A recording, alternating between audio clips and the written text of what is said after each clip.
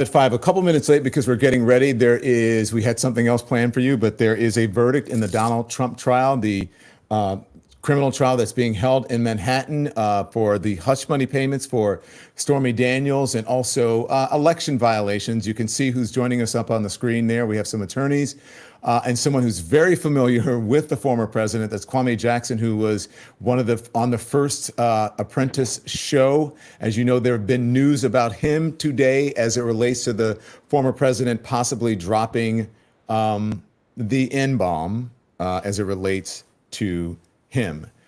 We have Dave Aronberg, who is West Palm Beach County attorney, who's with us. Areva Martin, who is a criminal defense attorney. Am I correct, Areva? Is it criminal defense or is it just civil rights attorney? Civil rights attorney. I should know that after all these years. So we're waiting. Listen, we got about 15 minutes ago. It came from the courtroom in Manhattan saying that there was a verdict in the Donald Trump hush money trial, as it's being called. The judge said that he needed about 30 minutes to fill out some paperwork as it relates to the charges. Dave Aronberg, take us through that. What's this paperwork about?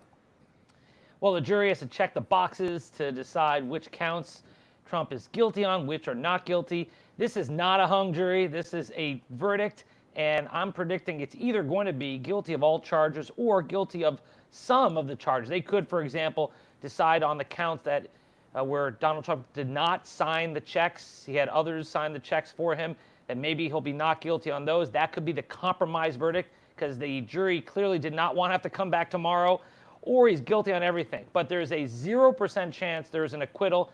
That would require all 12 jurors to unanimously say he's not guilty.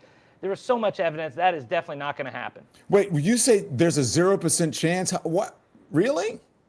Of an acquittal across the board. Yeah, 0% chance.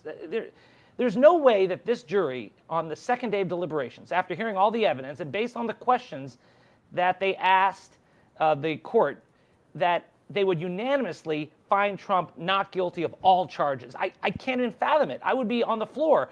I think it's almost certainly a guilty of all charges or guilty of some, where there's a compromise, guilty of some of the charges but not others. But no way it's an acquittal across the board. All right, if you're just joining us, I know you guys come in the longer we're on, the more folks come in. If you're just joining us, there is a verdict reached in the Donald Trump hush money criminal trial. It's interesting because this is history. It's going to decide if a former president of the United States and someone who's seeking to be president again will be, well, he's a criminal defendant now, but if he's going to actually be a criminal, a convicted criminal as he is running for president. 34 felony charges total, 11 for invoices related to legal services, 11 for checks paid for legal services, and 12 ledger entries for legal services. All are felony charges. We are hearing that on counts of falsifying its in, he's guilty of 16 charges so far, 17, 18, and not guilty of 0. So now we have a former president, and the count keeps going up, and someone who wants to be president again, who is convicted now of felony criminal charges. Felony criminal charges for the former president of the United States. That's what we're getting at this moment. That's the breaking news. On every single charge so far, Donald Trump has been found guilty, 34 counts of falsifying business records in the first degree. That is the information we're getting. Charges stretch from February 14th of 2017 to December 5th of 2017. 34 guilty on all counts. The former president of the United States guilty on all counts. We should keep our eyes on the cameras trained outside of that courthouse in downtown Manhattan. If we have a live feed, let's put it up. Areva Martin, I want your reaction straight away.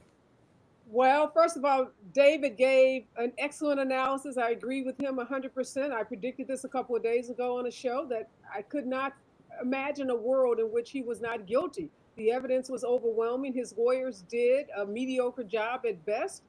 And there was no way I think anyone could reasonably believe a man who micromanaged every bit of his life, particularly every bit of his life that has to do with his money, that he would not know or be informed about payments made to Michael Cohen. It just wasn't a believable story. Jurors don't, they don't suffer foolishness. And to suggest that Donald Trump was not involved in this, that he didn't know from start to finish, that he did not orchestrate this, that he did not conspire with Pecker and Michael Cohen to pay Stormy Daniels off was never a believable story. Yeah. And this verdict is very, very predictable, not surprising, I think, at all to us who work in the legal community. We saw it coming, and it's exactly what we expected based on the evidence. And I want to give a big shout out to Alvin Bragg. He's my Harvard Law School colleague, for having the courage to press forward when everyone says this case has no merit, when everyone said this case should not be the case that moves forward first. He said, there's no way. Yeah, this isn't a real case, right? It should be. I don't see how it rises to, a felony, because these are misdemeanor charges. Again, Kwame, I'm going to let you get in, but I just want to tell everyone, if you're watching now, you're watching Lemon Live at 5. We are live because the former president and the former president who wants to be president again has been found guilty on 34 charges. You're watching Don Lemon Live, Lemon Live at 5. For our subscribers who are in the chat, we are watching your comments. We're going to put it up. Finally made accountable, says Sue Lynn. Monica says it's about damn time. This is actually real, y'all, says Regine Bryant. So we want to get our subscribers in, because this is what they've been waiting for. This is what the payoff for them. We're live, and we're going to take you through it, so you don't have to go anywhere else. We have all the information that you need here on Lemon Live at 5. If you have something you want to say, you're going to get it out. So please, please, please tune in and tell everyone to tune in. Make sure you hit the thumbs up button and call everybody and text them and tell them that we are live on Lemon Live on this channel on YouTube. So, Kwame Jackson, you have known Donald Trump probably, I would imagine, the longest of anyone who is on this screen. You were in the first Celebrity Apprentice. The news that came out today, other than this, was that he allegedly invoked the N-word when referring to you as the possible winner of Celebrity Apprentice. Your response to what's happening now? Well, first, I want to thank you for having me on the show, Don. We are in the midst of history, and as Areva, invoked the name of Harvard Law School and her classmates, I will invoke Harvard Business School and my classmates to say that from a business impropriety standpoint, it's good to see that he was caught with his pants down, that this is something that America really recognized as a crime, that it is a felony crime, and that hopefully we will complete the two-step dance, which is not just the verdict here, but also the sentencing, and that the sentencing will be true to a crime of this nature, whether it's home confinement, whether it's actually going to jail, whether it's another allegation that comes along that we can actually take him to court again on. So I think that's an important part for this process. I'm excited to see it. I have been trumpeting, for a very long time, the ills of Donald Trump all the way back to 2015 when he first started running, and people thought I was being hyperbolic, and people thought that things that I was saying were not true, and that I was a sore loser from The Apprentice from 20 years ago. But all those things that I said have been true about his leadership, about his character. And this thing is not just about his character. This is about whether character matters to us. This is not just about Donald Trump's character. This is about whether character matters to us. And I think this jury showed that character does matter. And hopefully the electorate in the fall will also show that character matters. Listen, again, the 34 counts. The former president of the United States guilty on all 34 counts. I am told the jury has entered the courtroom. Obviously, they've given the verdict to the judge. Little to no eye contact with the defendant, Donald Trump, now a convicted. Is it fair, Dave, to call him a convicted felon? Oh, yeah, it's He's a convicted fact. felon. Okay. Convicted felon. Now, he will appeal this. He's not going to go straight to jail. The next big question is, what will the sentence be? It's up to Judge Merchan, the guy who Trump has been deriding, calling corrupt, attacking his daughter.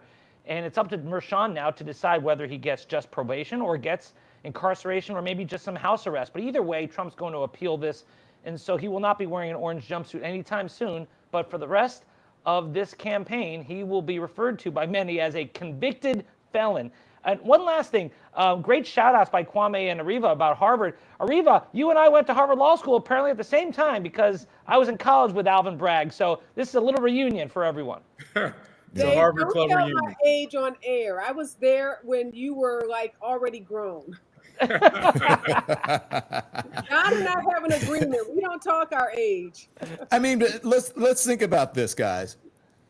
We've all known each other. We've all been on, on cable news, on legacy media for almost a decade now, talking about this. And here, we are. It is a reunion of sorts. But we are talking about this man that we have been telling people about his criminal-like behavior, right? How he has no regard for norms. He attacks institutions. He's going to attack, I know, the judicial system after this. He's going to blame this on the current president of the United States. And so here we are now. It is surreal that we are talking about a former president, or Donald Trump, as a convicted felon. Convicted felon. Who wants to weigh in first on that? Let me just say this, Don. What I want to say about Alvin Bragg, again, brilliant job on the part of that district attorney's office. And what's so wonderful about today's verdict is that we know Eileen Cannon, Justice Alito, there are Republican judges and justices who seemingly are going out of their way to try to provide protection for Donald Trump, to delay those federal trials that should be taking place at this very moment. And here's a state district attorney, here's a state court judge, here's a state jury that has brought Donald Trump, is forcing him to be held accountable in a way that our federal system has not been able to do. So I think this is a huge victory for state court judges, for state district attorneys, and for our jury system. It's really a remarkable day, I think, for our judicial system. Dave? I agree. I'm a fellow district attorney. They call them state attorneys here in Florida. And one of the great things about our job is that the president is not our boss, the attorney general not our boss, the governor not our boss. We are only beholden to the people of our communities. And this shows the power of this job, where you can have one local district attorney who decides that he has enough evidence to prosecute a former president. And it just tells you that our democracy, as flawed as it is, still has enough guardrails to protect the rule of law. And this is one instance where Alvin Bragg in Manhattan was able to do so. Kwame, I want to get you. Kwame, you're not an attorney, right? You're a businessman. I'm not an attorney. You're a NBA, businessman. not an attorney. Yeah.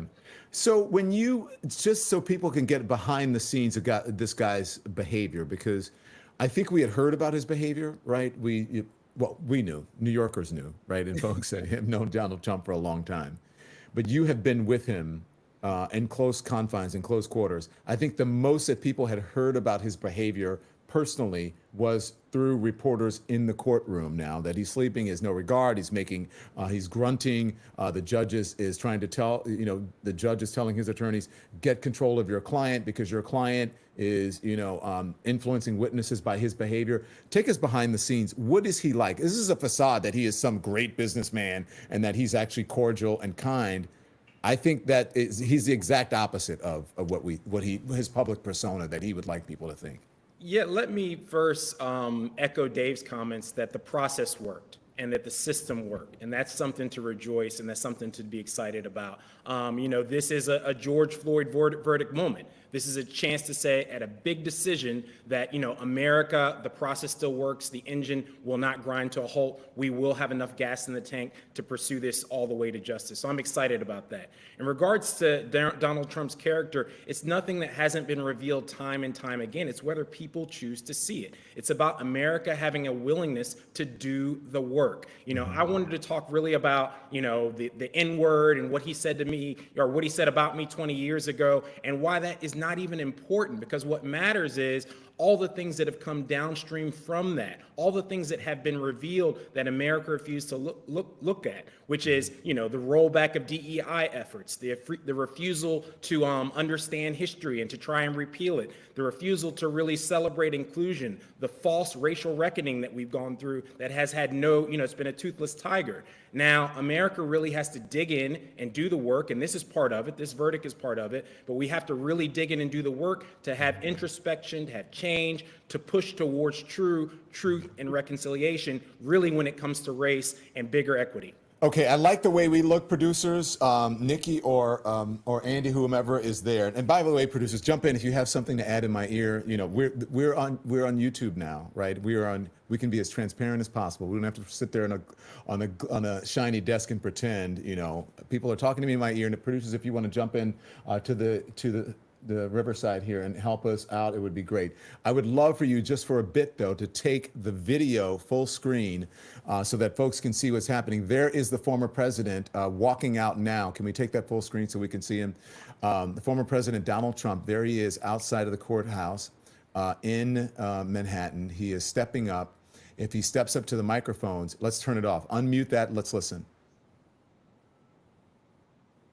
Let's listen. Can we hear that? Can we put it up? Can we take it off of mute?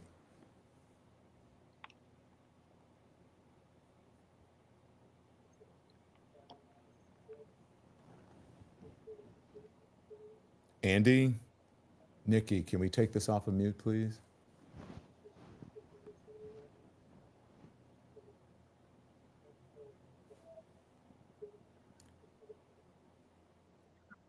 Yeah.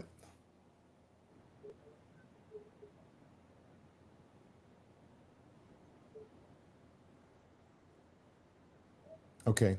Yeah, we're trying to get this. Can we please get this off of mute because we would like to hear him. And my question to Dave and Areva is, why is he not remanded to custody? Well, I was wondering if the gag order was still intact, but I would imagine it's not because he is speaking. But I can only imagine of what he's saying there. I'm not sure why we can't get this off of mute. Can someone please update me, because I would like to. Yeah, it wouldn't be expected for the type of financial crimes that he's been convicted of for him to be remanded. So it would be standard for him to remain out on bail as the sentencing hearing gets scheduled. I heard someone say it's July 11th. I don't even think we should care if he goes to jail. This is so much bigger than whether he spends 18 months or 12 months in jail. This validates everyone who has known that Donald Trump has engaged in all kinds of criminal conduct, but he's flaunted the criminal justice system. He's turned his nose up. He's depended on these judges who he's appointed to give him a pass. And today that ends. And that is so remarkable. And some folks are saying, well, his base won't care. We care. And there's really more of us than it is of them. So the fact that they don't care is not of any relevance to us, because the majority of the American people do care and don't want a convicted felon to be the president of our country. And I can hear him down. He's going on the regular playbook stuff. This is corrupt. This is corrupt. The judge is corrupt. The jury is corrupt. It's the playbook. We've all heard it. Mm-hmm. And that same question, Areva, I ask of those individuals, especially in a business environment: are you going to let a convicted felon be principal of your kid's school? Are you going to let a convicted felon be your surgeon on an operating table? Are you going to let a convicted felon fly your plane across the country? All those things seem to be the answer to be no, but in this case, it's okay to be a convicted felon. And that's the part I never understand about his supporters. What do you mean by that? I mean, essentially that, you give people a pass on so many different other areas with no convict behavior, but in this instance, it's okay to have a convict as future president. Well, I don't know if Don wants to have the conversation about the big elephant in the middle of the room. And that's, that's white supremacy, and that's what Donald Trump stands for. So you have to look at who a lot of his base are and what people are trying to uphold by upholding Donald Trump. And you're right, there's so much hypocrisy. I don't even know if he can get clearance as a convicted felon. I don't know if he would even be allowed to be on the White House property. Correct. But the rules get bent for him in ways that they never, ever. I don't know if you, Don, were following Joe Biden and Kamala Harris yesterday. And Biden said, look, if the insurrectionists had been Black, do you think Donald Trump would be talking about issuing a pardon for all of them? Do you think that they were hostages in the way they were treated? Yeah. And we all know the answer to that. The answer is no. Yeah. I was told that his lawyer was in court just moments ago arguing that these charges were improper, that this verdict was improper, and he was, but apparently, obviously, that meant nothing to the judge because the judge is doing what he has to do. But he's saying he had argued that this was improper and should be tossed because it relied on Michael Cohen's testimony. The judge immediately denied that motion. As a convicted felon, you can take that down, guys, because apparently, obviously, it's not working. If you want to go back to the small screen with that, that's fine. But apparently, as a convicted felon, Donald Trump is now prohibited from voting in his home state of Florida. The sentencing, isn't that amazing? He can't even vote for himself, right? He can't even vote for Joe Biden. Sentencing is mid to late July. That's according to Judge Mershon, according to Todd Blanche or whatever, July 11th sentencing, July 11th sentencing. The gag order, I'm wondering if it stands because even though he's out there, he's saying this. I don't know if he's attacking the judge, but does it stand afterwards, Dave, or do we know? Yeah, it stands until the judge releases him from the gag order. The sentencing hasn't happened yet. We're still dealing with post-trial motions. So, yeah, it still stands, but whether Judge Mershon will do anything about it is another matter. He's given Donald Trump a lot of deference. And to Kwame's question about why isn't Trump remanded immediately into custody, for a crime like this, a lot of the defendants will just get probation. With a guy with no prior rap sheet, he's not going to be remanded directly into jail. He's going to be out, like Steve Bannon, until all the appeals are exhausted. So it's still a bad look for him. He's a convicted felon, but he's not going to be wearing handcuffs, at least not for a long time.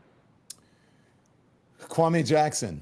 Yes, sir. What do you think folks are at home thinking right now? Because I know my mom watches every single bit of this, and now Donald Trump is a convicted felon. I'm sure she feels some satisfaction in that, and for good reason, because she is among the people Donald Trump attacks. Number one, she doesn't support him. Number two, she's a woman of color who, by an overwhelming majority, do not support nor vote for Donald Trump. Yeah, I think, I mean, I'll briefly speak for a lot of African Americans. Obviously, I don't have the entire voice, but I think people are saying Jubilee.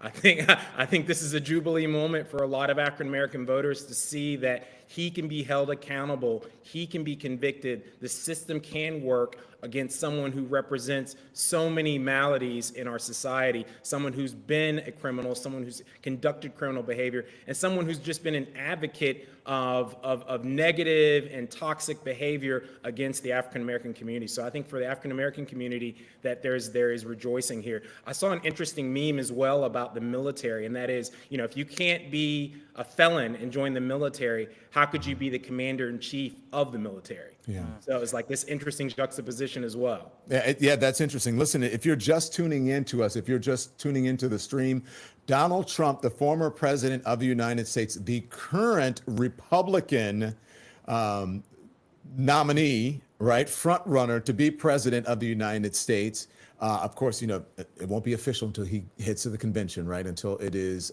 voted on in the convention.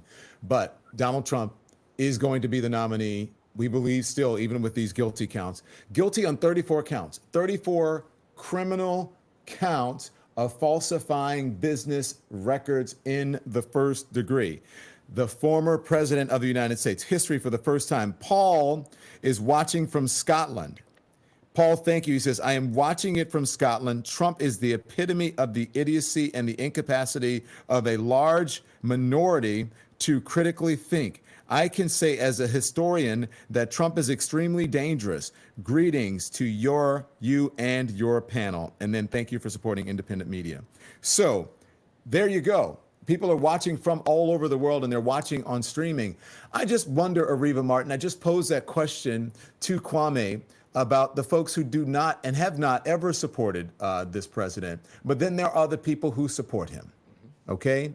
And he is, in his statement just moments ago, appealing directly to those people, right? Directly to those folks.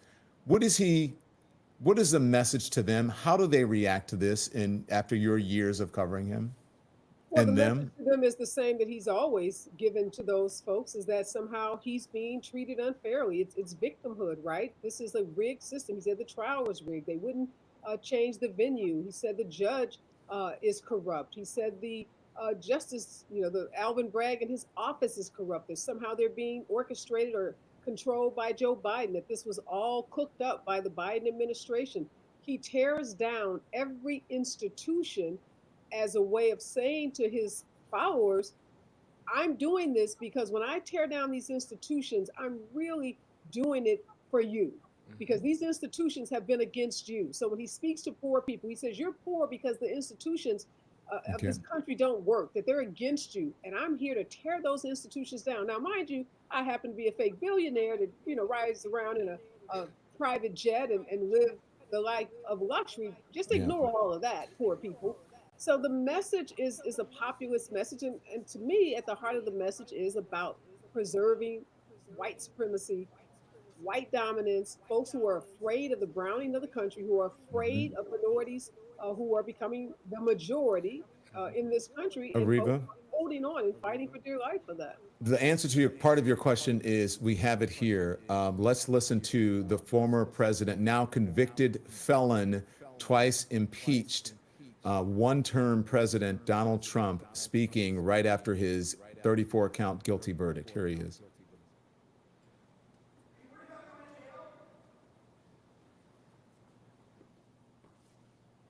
This was a disgrace.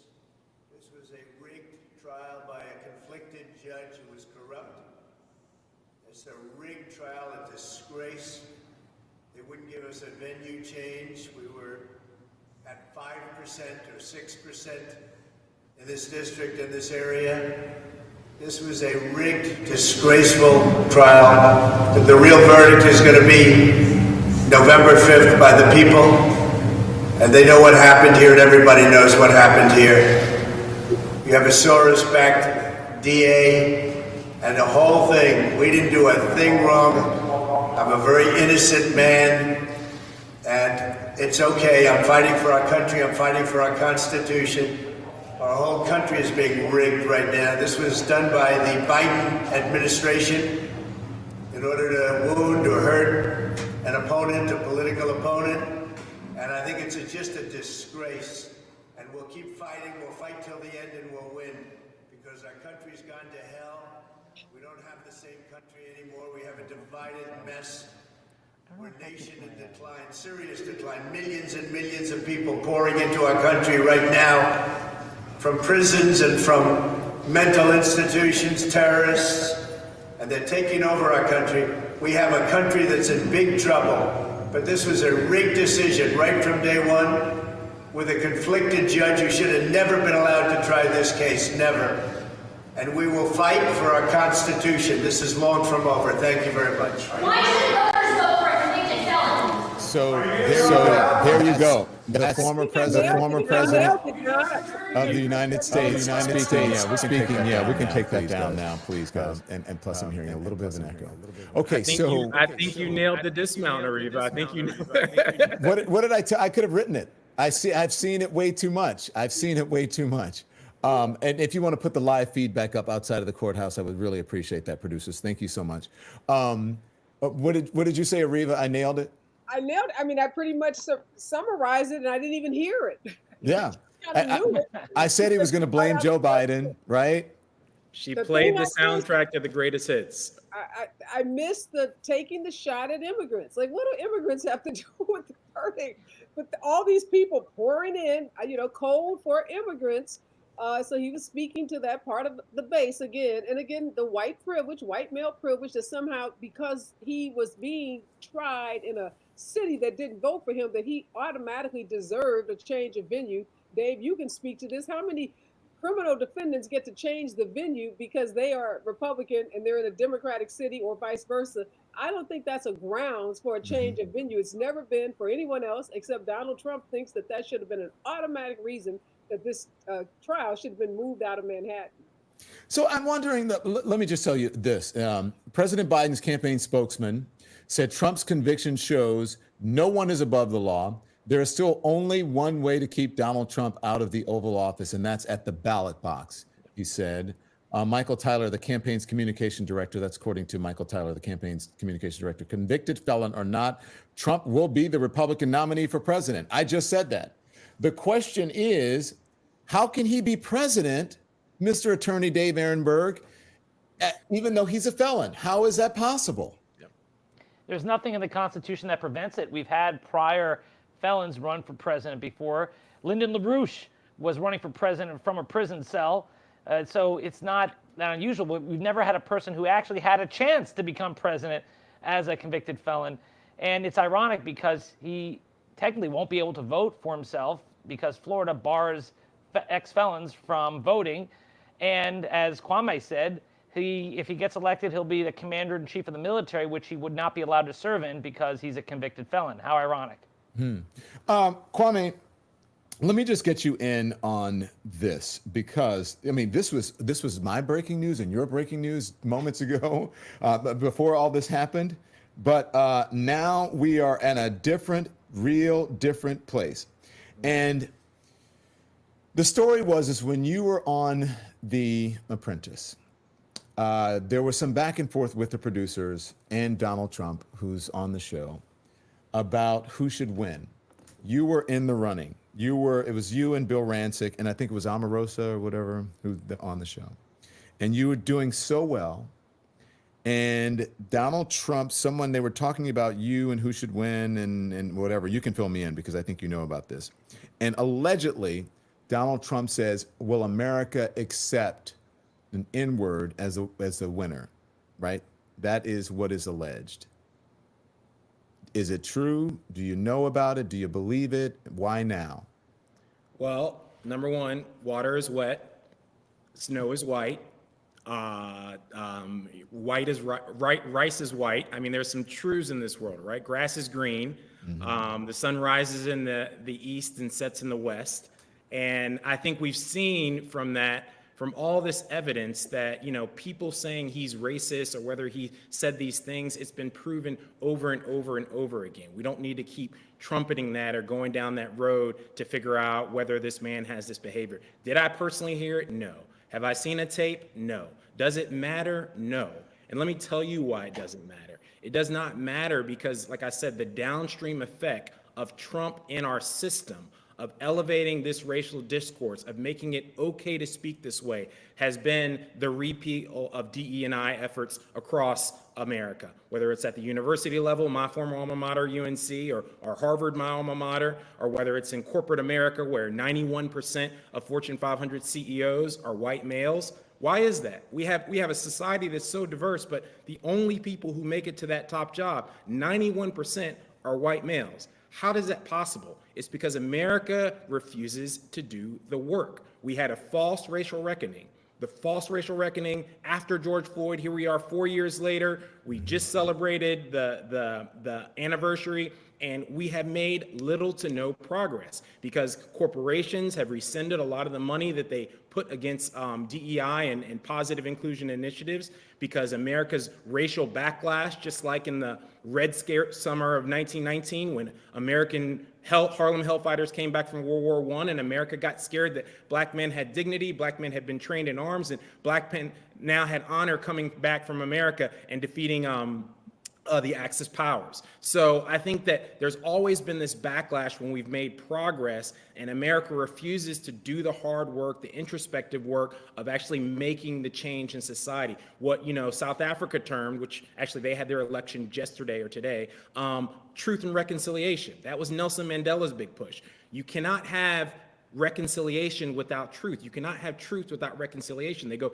hand in hand. And until America is willing to do the hard work of reparations, of acknowledgement, of economic justice, of closing the racial wealth gap, of closing the health gaps, all the disparities that exist, we are going to keep having these conversations, and we're going to keep chasing Hollywood headlines about whether Donald Trump said something about me personally. It's like I'm, on my fifth grade bus again, and people are saying, ooh, did you hear what he said about your mama? Like, who cares? What's important is the fact that America refuses to do the work to recognize history and actually push us forward because we keep getting swept back into this same kind of circular discussion that gives us no progress. So that's how I think about it. All right, Kwame, amen to that. I love that you work in reparations. You know, I'm leading the charge. Reparations are real. Hey, Areva, I want you to talk about that. Martin Luther King even talked about the fact that, until America, if America worked for 250 years specifically against the Negro, then for 250 years, America needs to do something specifically for the Negro. So this whole notion of how did we get here? Oh my God, I can't understand it. We created this Frankenstein called Donald Trump. We created this Frankenstein called MAGA. And now the Frankenstein is running rampant and nobody can kill it. Nobody can, extinguish this flame, and it's just out there. But the thing it takes is for people to do the hard work and to understand that economic justice, racial justice, inclusion, that's the only way we're going to get to a more perfect union, a pursuit of happiness for all, and a place that we can all be proud of. Until then, we're going to keep having these conversations and come back on Don Lemon and have the same thing to say. Thank you. Hey, Dave, I understand you have to run. Dave, if you have to run, go ahead. If you want to give some final comments, you can. And if you want to come back, we will certainly have you. Thank you, Don. It was an honor to be on with you. This is a historic moment, and we'll never forget this. It's one of those things you'll never forget where you were when you heard it. And wow, it could have the ability to turn this presidential race upside down, because there's still, according to the polls, show that there's a small number of people who would change their vote if Donald Trump becomes a convicted felon. Well, that's now reality, and we'll see if those polls are accurate, because Donald Trump's going to keep portraying this as a corrupted political move. It was not. I think the public, at least that small percentage, all it takes is for them to switch their votes, and those swing states go the other way. So we'll see what happens, but this was a momentous day, and it's been an honor to be on with you guys. Thank you, Dave. We'll have you back. Go handle your business. We appreciate it. I am Dave Aronberg, the West Palm Beach County attorney, is on with us now, and he is leaving. He's got to get back and do some other work. Areva, I wanted to ask you about, when you talked about reparations, but when also, Kwame said water is wet. Okay, if he actually did say the N-word, is it going to make a difference? I think all of this makes a difference, and I don't buy for one bit that when people say nothing Donald Trump does matters. I think it all matters. And I think we should talk about all of it. The cumulative effect. When we start telling people as lawyers and business people and journalists the things that Donald Trump cannot do as a convicted felon, that will start to sink in for a lot of voters. Of course, there is a base that, again, support Donald Trump no matter what. Those aren't the people we're talking about. And we don't need those people to vote for Joe Biden and Kamala Harris. Let them vote for Donald Trump. But there are enough people in this country that respect the fact that the president should not be a convicted felon, respect the fact that the president should not talk about grabbing women by the genitals or calling people the N-word or using, these racist tropes about Black folks and being thugs and somehow us relating to him because now he's a thug with a mugshot. So I think there are enough people, Democrats and independents, that are going to be repulsed by the fact that this man, who has been convicted of 34 felons, who now we all know about the seedy details of him and Stormy Daniels. I mean, let's not forget that. Let's not forget the testimony. Hope Hicks, closest person to him at one point, coming on talking about what she experienced. So this wasn't just folks who hate Donald Trump who testified in this trial. These were people who were very close to him. So when we start to see the ads of Hope Hicks and we start to see the ads with Stormy Daniels, I think it's going to have a tremendous impact on this election. And I'm not at all fazed by the people that say none of this matters. All of this matters to me. I think it matters to most of the American people. Yeah. Did you? Go ahead. I think that Mr. Aronberg had a really good point, right? When we're talking about the margin, we're talking about those 7 key swing states: Virginia, Wisconsin, North Carolina, Pennsylvania. When we're talking through those swing states and we're talking about very small margins of people who can swing this election, yes, it does make a difference. Yes, it does make a difference whether he's a convict, because like I said, these aren't going to be the people who say, you know what, I want my preacher at my church to be a convict as well. So it's like, that's the kind of logic that I think people will start to slowly let sink in, and it will marinate in their own kind of, judgment of character, so that hopefully they'll be able to make the right decision come this fall. And that's a decision for democracy. It's not even about Donald Trump. It's about the survival of our democracy, whether we're going to be a pluralistic democracy that includes all people and give all people voices, and we will get closer to that more perfect union. My question is, Let me just add this real quickly. You know Donald Trump. You've covered him as much as Oh, yeah. all of us have. I've interviewed him 6 or 8 unhinged. times. He is going to become so unhinged as a result of this verdict. It's no telling what he's going to start saying and doing. So I think in many ways, this election is just getting started. He is so angry right now, despite, him trying to put a good face on this at that little 10-minute press conference. This is his worst nightmare. We've heard that from his inner circle. And I think we are going to see a side of Donald Trump that we've never, ever seen. And it's going to turn off millions and millions of voters. You think so? You really think so? No, I agree with that, Areva. I think that once again on the margin, his spinning further and further out of control is going to definitely affect people who have a little bit of common sense left. Tara Setmayer joins us. Tara Setmayer from the Lincoln Project, my pal and cultural critic and political commentator, political analyst, and former Republican. You're former. You're not still, right? I've been former since November 5th, 2020. And because of the antics of this president, because of the MAGA movement, Tara, as a conservative, we used to get into it all the time. Yes. And then all of a sudden, I wasn't a liberal, but I'm an independent, but we would talk about things and we get into it. And then all of a sudden it was like, wait a minute, now Tara and I, we're having a meeting of the minds. What is going on here? Tara, because we all love democracy. And, yes. Regardless of our political policy differences, we all agree that our constitutional republic is important and upholding the law is important and maintaining the integrity of our institutions is important. And the common denominator here was that Donald Trump was a threat to all of those things.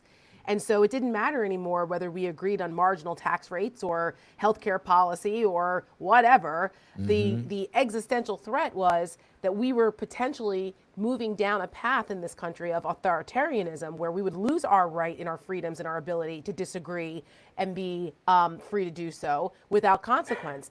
If it were up to Donald Trump, we'd all be on a barge on our way to Gitmo because we criticized him.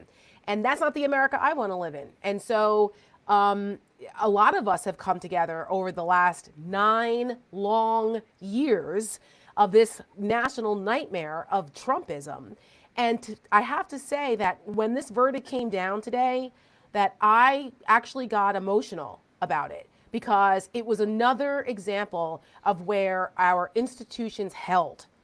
I mean, a lot of our institutions are holding on by a thin thread here, but the rule of law and justice is so important to keeping it all together in this country. That's the difference between us and the dictatorships. And that it was a jury of his peers. It was 18 if you include the jurors, the alternates.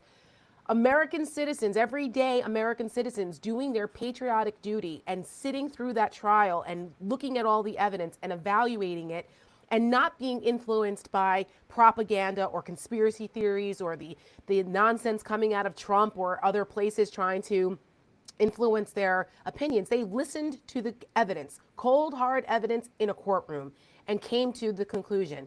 And I have to say, to finally see Donald Trump, justice be served for him after decades and decades of his criming and unethical behavior and all of the other things that he's done, even though it was just this case and not some of the other bigger ones that I think have larger implications, it doesn't matter.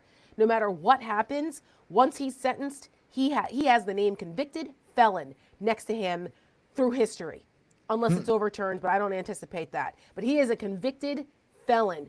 That is what the history books will say. Twice impeached, convicted felon, and also, by the way, found guilty in a civil case of sexual assault. So wow. What a historical record it'll be for Donald Trump. And now the American people have to make a decision. There is a binary choice.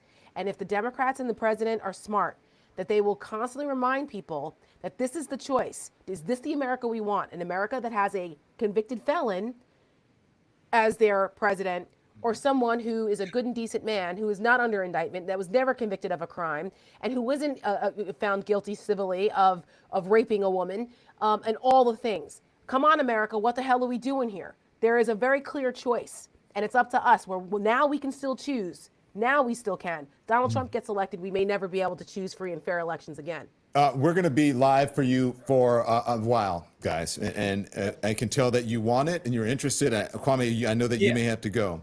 I want to jump in on what Tara said and Yeah. link it back to business. You know, we Yeah. talked about. I just want to say, hang on, before you do that, Alvin Bragg is going to speak at 6:30, and we're going to carry that live for you. So we're going to carry it live right here on YouTube. This is also historic. I was covering this live on YouTube as it is. You are getting it. I cannot.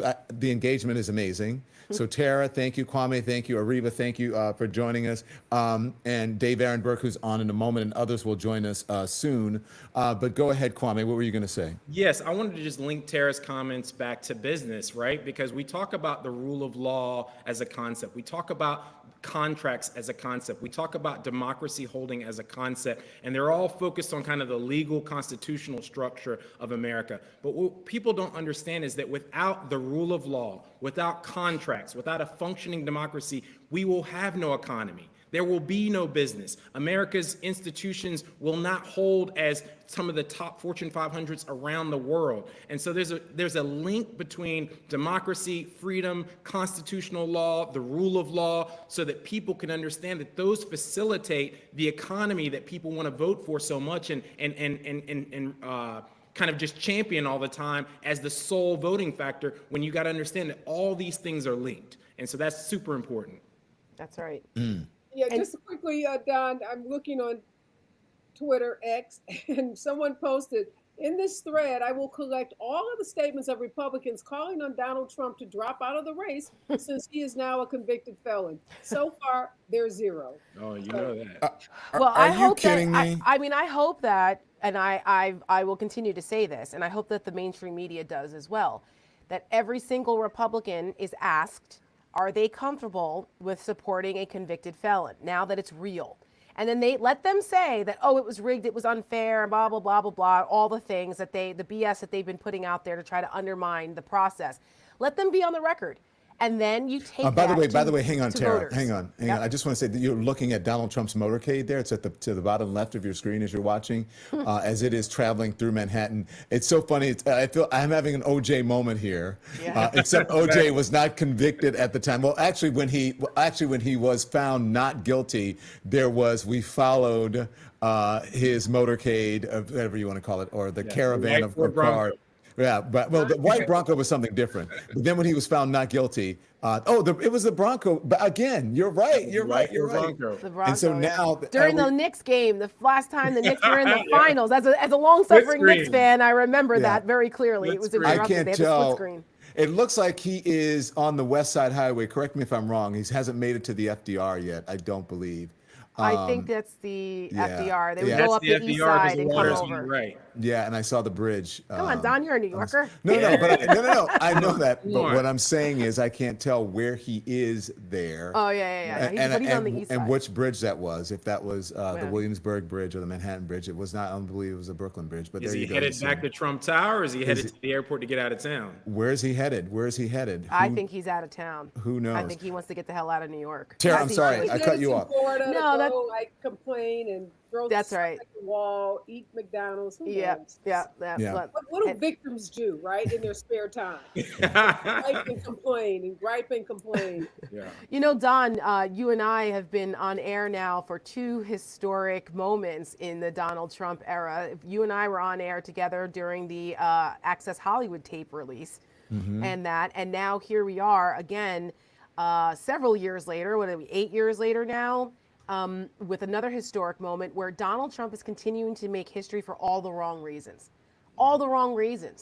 And the reality hitting him that he now has a convicted felon next to his name, I think is the reason why we heard the reports coming out of the courtroom that he just sat there, basically staring into space. Because this is everything that his father probably told him he would end up. Let's not forget that Donald Trump's entire psychosis and everything that comes from his relationship with his father, and his father telling him he would be nothing, that he was a failure, that he wouldn't be good enough. So all of these things, I'll be very curious to see how Trump behaves over the next couple of days. I think we're going to see him really unhinged. And again, let every Republican that's asked by the media if they're comfortable with this man, now that he's been found guilty by a jury of his peers, are they comfortable with it, and get them on record and constantly remind the American people from now until Election Day that this is how Republicans feel. They're not the rule of law party.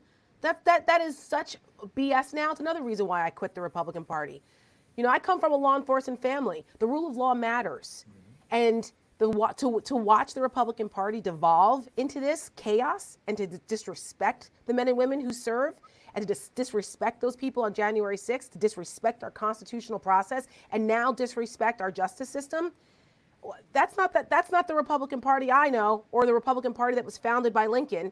This is something else, the nationalist populist movement that has no problem following a cult leader and criminals.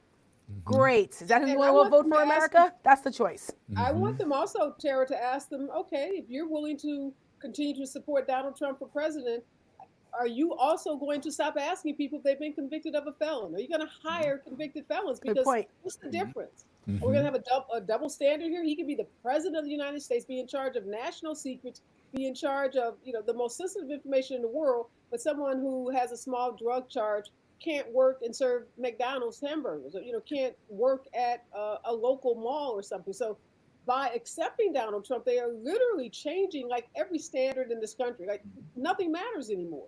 If you have a bankruptcy, you can't get a security clearance to work in the government. Like a bankruptcy, like if you're in debt, Compromise, right? 6 or 7 bankruptcies. Exactly. Like Donald Trump would never get a security clearance if he were applying for an actual government job that other Americans have to go through a process. So, you know, why should there be an exception for the most powerful man in the world? In America, it's crazy to me, but here we are. My only issue with Republicans going on record is after January 6th, there was an opportunity that many people let pass, right? Yep. To go on record and to, you know, impeach Donald Trump and to make the proper statement and to drive the process. And so many Republicans took a pass on that and in fact reversed history thereafter to, you know, hostages, to patriots, et cetera, that kind of language. What's the difference this time where, you know, you have another opportunity to lead, you have another opportunity to do the right thing? Do you think that people really will say, okay, now this is the time because he's been convicted that I can go on record? Polling has showed that. Polling has Hey, shown I that want it you guys to matters. all listen, and I know that there's an audio issue, but I want you to listen to this. This is the former president speaking just moments ago after he was found guilty on all charges. Let's listen. This was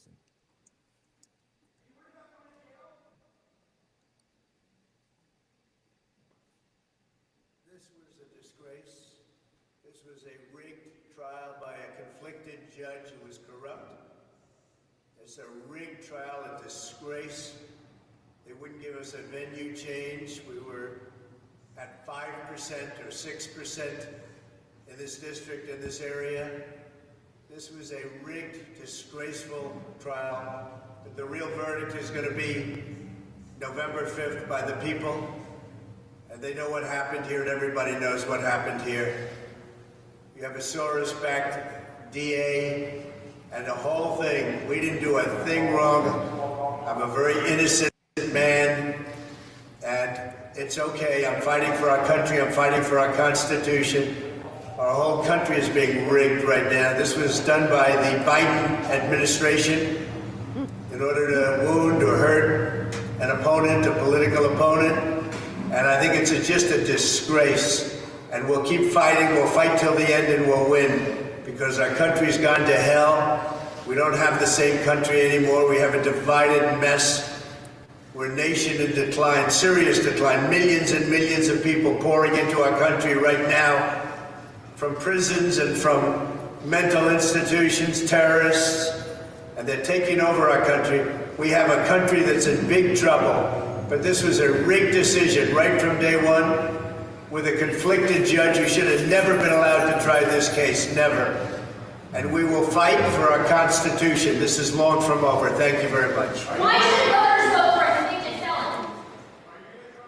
Hey, Don, I've got to sign off. Always a pleasure to be with you, my friend. Good to see you, Kwame. Good to see you, Tara. Okay, Areva, if you can come back, let us know. Thank you. We really appreciate it. So Attorney Areva Martin has to sign off. She has other stuff to do, and I understand that. So again, I know there's an echo. I don't know what's going on, but Maybe we should mute the other one there. There we go. Thank you. So there we go. We're looking at scenes outside of the courthouse, and also in Lower Manhattan, where Donald Trump was just found guilty on 34 criminal counts. And we're also looking at his motorcade traveling to Manhattan. One would assume to Trump Tower, unless they're headed to LaGuardia. To go back to Mar-a-Lago to get back on, as he calls it, Trump Force One or whatever it is. Oh, please. Well, we'll know shortly if he goes over to Triborough or whatever it's called. Exactly, exactly. Well, he just played, what I call kind of, the thriller of racism, right? That album that he just keeps playing over and over again. It was rigged. It's a disgrace. Soros backed. All the little, not just dog whistles, but bullhorns of trying to rally his base, trying to destroy the system. And that is, as we know, the hallmark of someone who's trying to be an autocrat, who's trying to rig our systems and to tear them down so that then other things will flourish, which would just be their power as a sole dictator. So this is his soundtrack he plays over and over again. Mm-hmm. Tara, what does this mean for, I know the Lincoln Project, you guys go hard on the former president. And I asked earlier, if it was going to make a difference. I asked Areva, oh, he's stuck in traffic. Wait a minute, no escort? Look, it's rush hour in Manhattan. And it doesn't matter who you are. Look, he's a former. It's 6 Eastern on the FDR. Right, on a Thursday. Yeah, no, he's a former, so he doesn't get lights and sirens unless it's like, something really, really, really important. So he gets a full detail, but he doesn't get lights and sirens. But anyway, okay, go ahead. I want to ask you. That's the UN near his Trump hotel, the United Nations in Midtown. So he's on 42nd. Right. Yeah. So let me ask you, what does this mean to his supporters? Is this going to mean anything to them? No. This just furthers the narrative. He has been, to Kwame's point, laying this foundation for years. I mean, look, he said that the Emmys were rigged because he didn't win one for The Apprentice, for God's sakes. Like his Wait, hold on one second, Tara. Yeah. Look on your screen. You recognize this gentleman. Chris Cillizza is yeah. joining us, a political Hey-o. analyst and commentator. Kwame, Kwame Jackson, Tara Setmayer. Chris Cillizza joins us. Chris, I'm going to get your reaction, but Tara, finish your statement, and then we'll bring you in. Chris, thanks for joining us. by the I way. was just saying that this is Trump's pattern. He's been doing this for decades. Anytime he doesn't get his way, it's rigged. So for his supporters, this is baked in. They've already bought into this. Just like January 6th was a tourist trip gone wrong. They've bought into this. It's not going to matter for the cult. That's why it's a cult. So, but where it does matter, and I know that there was a poll that came out today that said 2/3 of Americans don't care about what's not going to change their vote. They don't care whether he's a convicted felon or not. That's a national poll, an NPR poll, I think. But it doesn't matter what a national poll. It matters in the swing states. It matters in Wisconsin, Arizona, Michigan, Pennsylvania, Nevada, North Carolina, Georgia. Okay? That's where this election will be determined.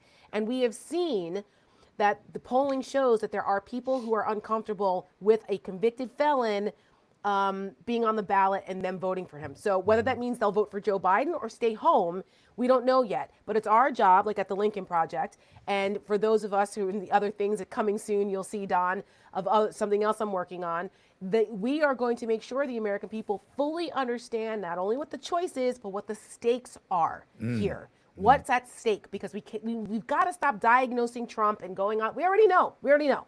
Now people need to fully understand what's at stake, and I don't think that's sunk it in yet. But that's our job to do it between now and November. This is the most people we've had watch us live. We usually have thousands, a couple thousand people watching us, but there's a lot more watching us now. And this is historic. This is streaming, right? And I can believe that we're doing so well. And by the way, my producers will get upset if I don't say hit the thumbs up, everybody, like and subscribe. This is independent media, and we rely on your support. Chris Cillizza joins us. Chris, we're following the former president's motorcade. As you know, guilty on all 34 counts. This is historic. Sentencing is July 11th. His attorney claimed, this is, I don't know if it's unlawful or an improper verdict because of Michael Cohen's testimony, yada, yada, yada. What say you, Chris Cillizza? So I just want to pick up on something Tara said, because I think a lot of the coverage will probably focus on well, this isn't going to change a lot of people's opinions, which I think broadly speaking is probably true, right? The Republican base was always going to say rigged and biased and witch hunt, and Democrats are going to celebrate. They were never going to vote for Donald Trump, even if he had been acquitted, by the way. So, but to Tara's point, what I think matters is we're talking about really small margins of people who need to move for this to matter, right? Just look at Wisconsin, Don. I always remind people this. In 2020, Joe Biden wins to Wisconsin by 20,000 votes out of 4.5 million cast. In 2016, Donald Trump wins Wisconsin by 20,000 votes out of 4.5 million cast. So we don't need the basis of the party. Nothing is going to move them. The issue is and I'm amazed these people exist, but people who are still undecided or are, vacillating between them, you don't need that many people to move. So, I hesitate. I don't think it's going to be a massive sea change. I don't think all of a sudden Joe Biden's going to be ahead 55-45 in any of these places. But I would remind people that in Arizona, that in Georgia, that in Wisconsin, that in Michigan, look at the 2016 and 2020 results. It was really close. So you need 1% of people to say, you know what? Like, I don't love that he's the first felon who's ever been a former president of the United States. Like, you don't need 50% of people to say that. That's right. You need a very small number. And I just keep that in mind as it relates to the politics of this. On top of everything else. It's like, this is not the only thing, right? This isn't the only thing. There is a plethora of things for people to consider when they're thinking about who they're voting for. It's not just the convicted felon thing now. It's all of the rest of it on top of that. So, come on, America. A family reunion. Another member of our family joins us, Marc Lamont Hill. Marc, thank you for joining us live. We're live here on the Don Lemon Show, Lemon Live at 5. This is usually our show that we, speak to our subscribers to. We take their questions, we put their comments on, and we relate to them. There's nothing more relatable than today, Marc Lamont Hill. Yes, because people want to have their say. We've never had as many people watching us live, and we appreciate it. So, and also Marc has a show here. Chris has a show as well. Tara, you have a YouTube show as well? Yeah, at 7 o'clock, we do the breakdown on YouTube. With okay, the great. Project. Great. Well, promote everybody. Marc, I want you to weigh in. This is historic. What do you think? One, it feels good. I can only imagine how Kwame's feeling right now. I can only Vindicated. He might do a shimmy, you know what I'm saying? But I feel hard R. Hard R. Exactly. It was definitely a hard R, but he didn't say it to my face. Let's be clear. Let's be real clear. Allegedly. Let's be real clear. That's the hard R, Don. I just got it. It's the hard R, but not to my face. This isn't an A or AH, but go on. No. But here's the thing for me, and this is it. Donald Trump, as Chris was just saying, is who he is to most people. His cement has already dried. I'm not sure that this actually matters in terms of the outcome of elections, except in that infinitesimal slice of maybe Virginia, maybe Ohio, definitely Pennsylvania, etc., where this could be a decision maker. So politically, I can't celebrate that much. But for somebody who has spent the bulk of his life dodging accountability, lying, bullying, cheating, stealing, exploiting, to watch his face hung low when they said guilty, watch him scowl at the jurors who had more power than he did at that room. Yep. Look, that's it for me. And I'm a hard leftist. I'm an abolitionist. I'm out here fighting to destroy prisons. But I got to tell you, if I had to have just one prisoner left in America, just one, he will make the cut. One man in Guantanamo. But Don, just quickly, Marc's point. Look, I do think there's something to be said, right? Like Donald Trump thinks he is a man of history, a great man of history. Like he always has thought that, right? He's always thought that, and I do think it's important that I always jump to the political implications, right? And I think a lot of people will. But to Marc's point, I do think there's real value in saying, look, this was the first president who was ever indicted on felony charges, and now this is the first former president of the United States to ever be convicted. There's not going to be another first. You know what I mean? And so I do think that that's at least worth noting. This is a I don't know if it's a page, but it's definitely a paragraph in the history books. And I think it's important to note that before we sort of, and I do it worse than anybody, before we leap ahead and say, well, what does this mean for Michigan or Ohio or Pennsylvania? Oh, I've said that. He continues to make history for all the wrong reasons. Yeah. And this is another example of that, and you're right. We can't lose sight. I was just on another network talking about this. So we can't lose sight of that. That's why I think it's important that, for the campaign, that between now and November, the American people are reminded of this. Mm-hmm. This is part of what's at stake. How do we look to the rest of the world? Do we care? We should. What do you tell your kids and their kids? Look, we are in a position to choose the future we inherit for now. Okay, but that may not be the case if Donald Trump gets elected again. Let me just tell you guys this. What happened to Chris Cillizza? Did we kick him out? No. Uh-oh. But he has to wear that scarlet letter. He has to wear that scarlet letter C. Yep. C of conduct that he tried to put around so many other people's necks, including the Central Park Five. The fact that he was, these people are criminals. They're animals. We have to treat them in a certain way. And now he has to wear that scarlet letter C the way he branded everyone else. Here's what I want to say to you guys. I've been sitting here. I'm getting notes, so that's why I keep looking down. I hear every single word. But I just want to say this because I used to say this phrase, one term, twice impeached, disgraced, ex-president. Now he is the one term, disgraced, twice impeached, convicted felon, liable for sexual assault, or right, convicted felon. He is president. It's so funny because he entered the White House playing on anti-black stereotypes, right? Barack Obama's a liar. He's not from here. He can't be trusted. He's shadowy. Nobody has embodied the most disgusting white supremacist stereotypes of black people more than Donald Trump in terms of the presidential history. He's the one with all the baby mamas.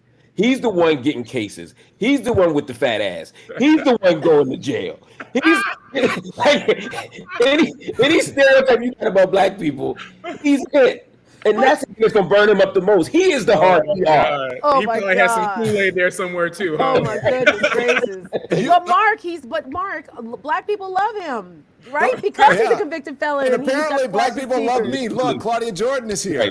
Chris Cillizza dropped out. I don't know. Wait a minute, Don kicked off Chris to have an all-black party. Don is doing something, but he says this is the highest rating. So, TV host and host of occasionally The Breakfast Club, and tuned into everything that's in the zeitgeist. Claudia Jordan joins us. Claudia, this is historic. This is what you guys talk about on The Breakfast Club. This is what you talk about on the radio. This is what you talk about on TGIF.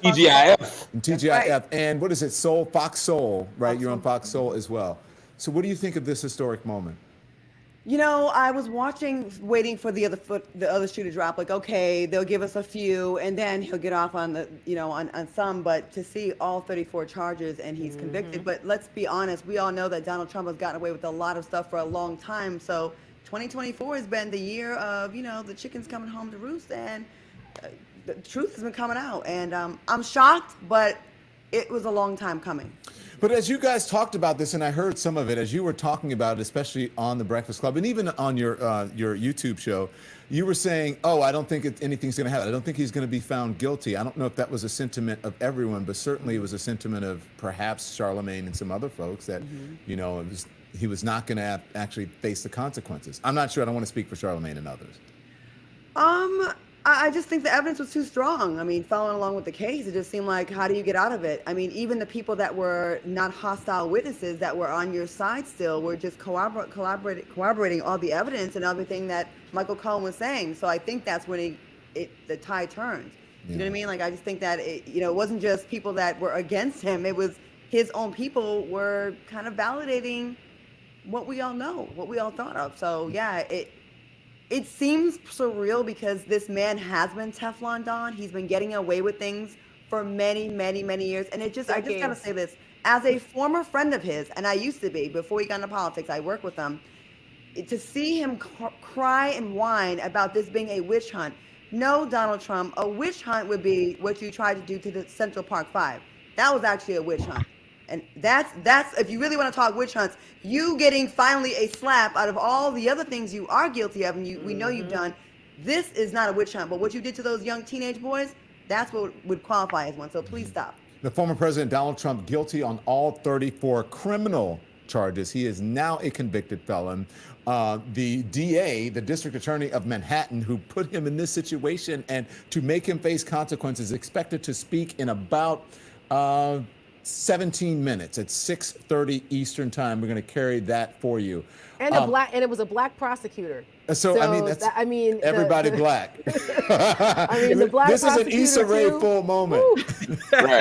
Donald Trump is. I'm telling you. I mean, I'm very good friends with Mary Trump. I was on her podcast earlier today, and she's talked about how in her family they threw around the N-word all the time. She heard that growing up. It was regularly used. And I would assume that word is being thrown around a whole lot by Donald Trump now.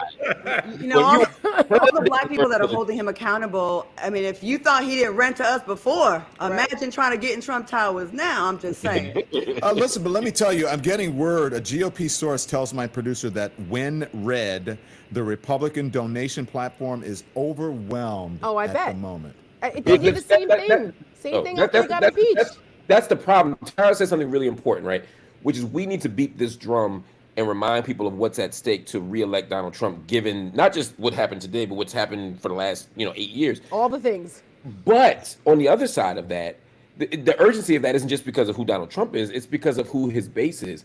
They're using this to organize. They're getting mad, but when they get mad, they register to vote. When they get mad, they donate. When they get mad, they make sure their friends come out. So it's not just enough for us to celebrate this, and this is a victory. I'm sorry, I love this. But we have to understand that for every person who celebrates on our side, there's 2 people with MAGA hats going to vote. Yeah. So we have to make sure that we don't lose by the margin of white people and poor people and racist people and all them other people that's going to come out. Pay attention to the top right of your screen. There's movement on the Motorcade. Federalist Society. I believe he's getting out. They put Supreme Court justices in. Yeah, exactly. Hang on.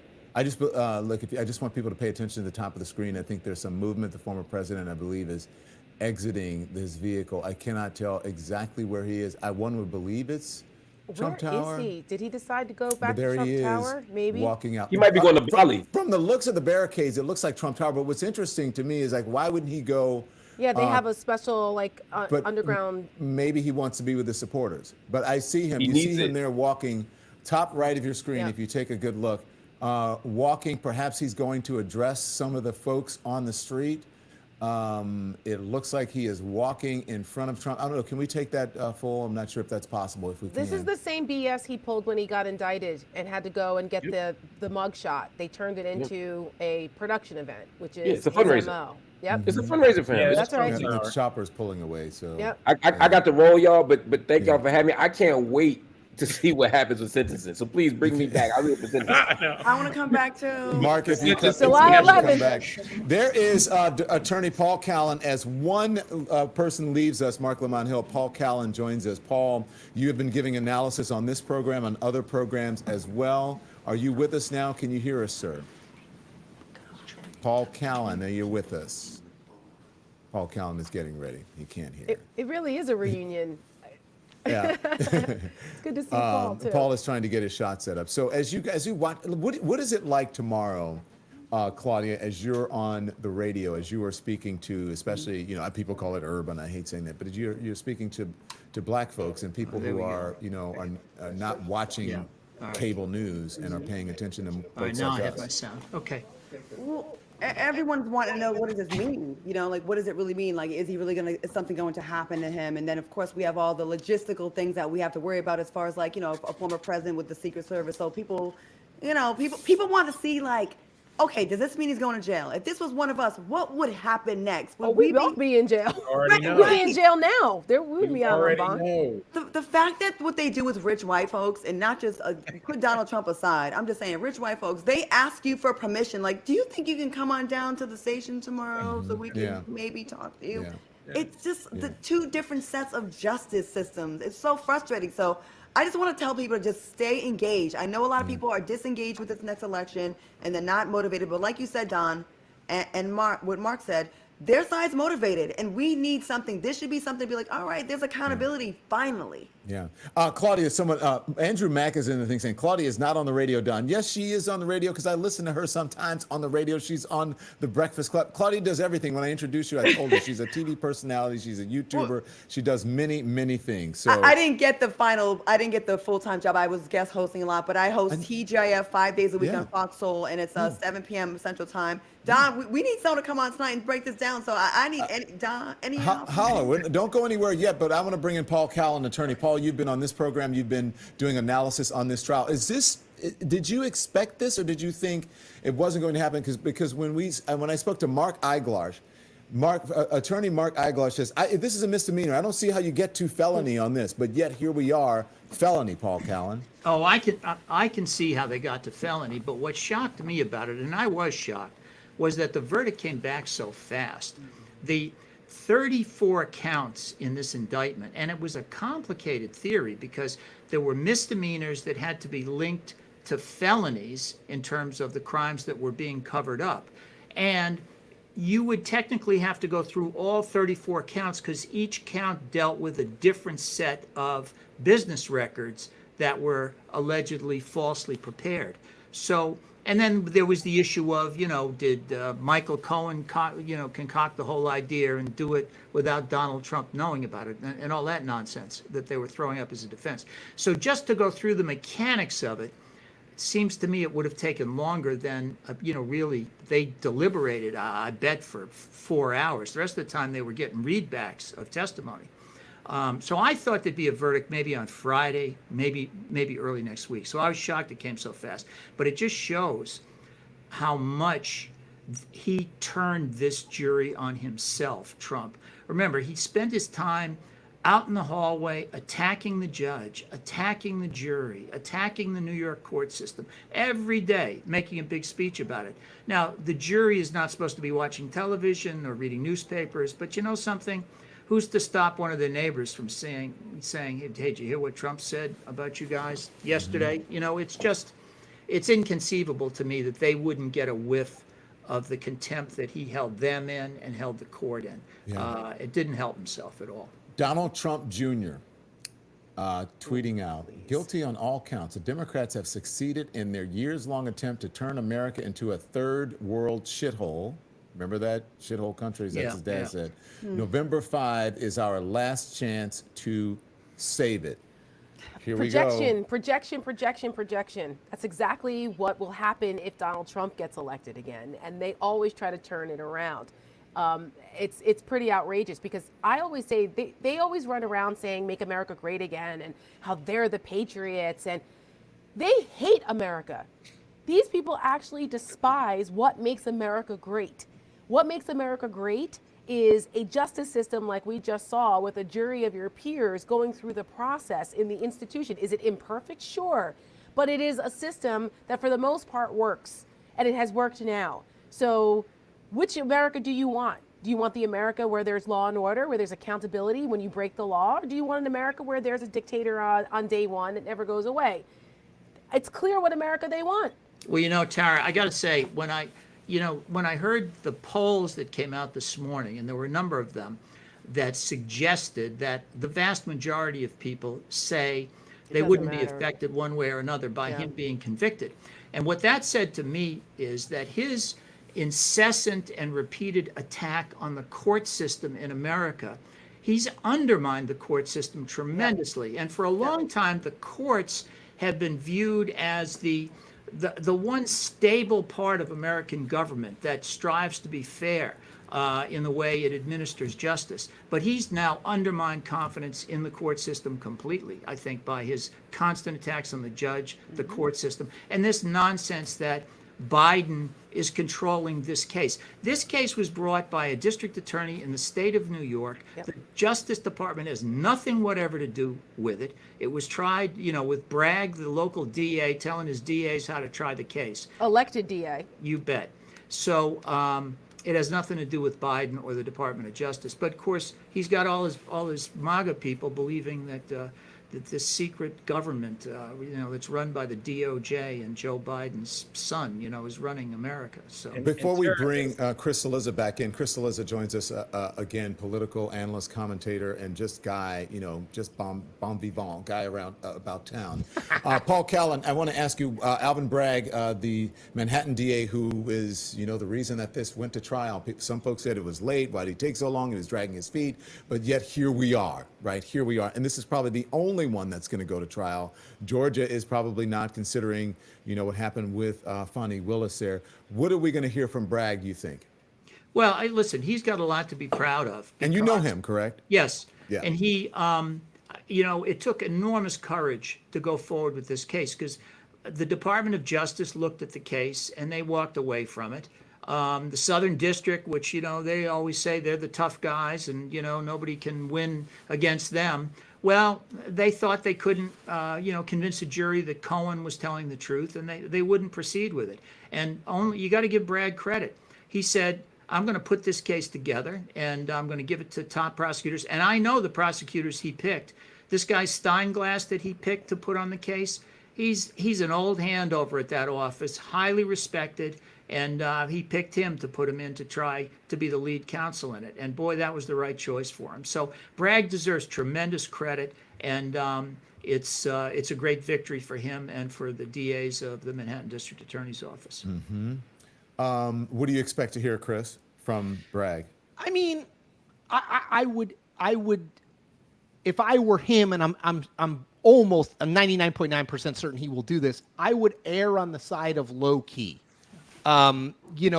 Because Donald Trump wants to create and is trying to create and has been trying to create this idea that it's me versus the deep state, with Alvin Bragg as sort of the face of the deep state at this point. And I think if you're Alvin Bragg, what you want to do is say, look, my job is when people break the law, and I think we can prove it, we try to bring the case, bring it to trial, and bring them to justice.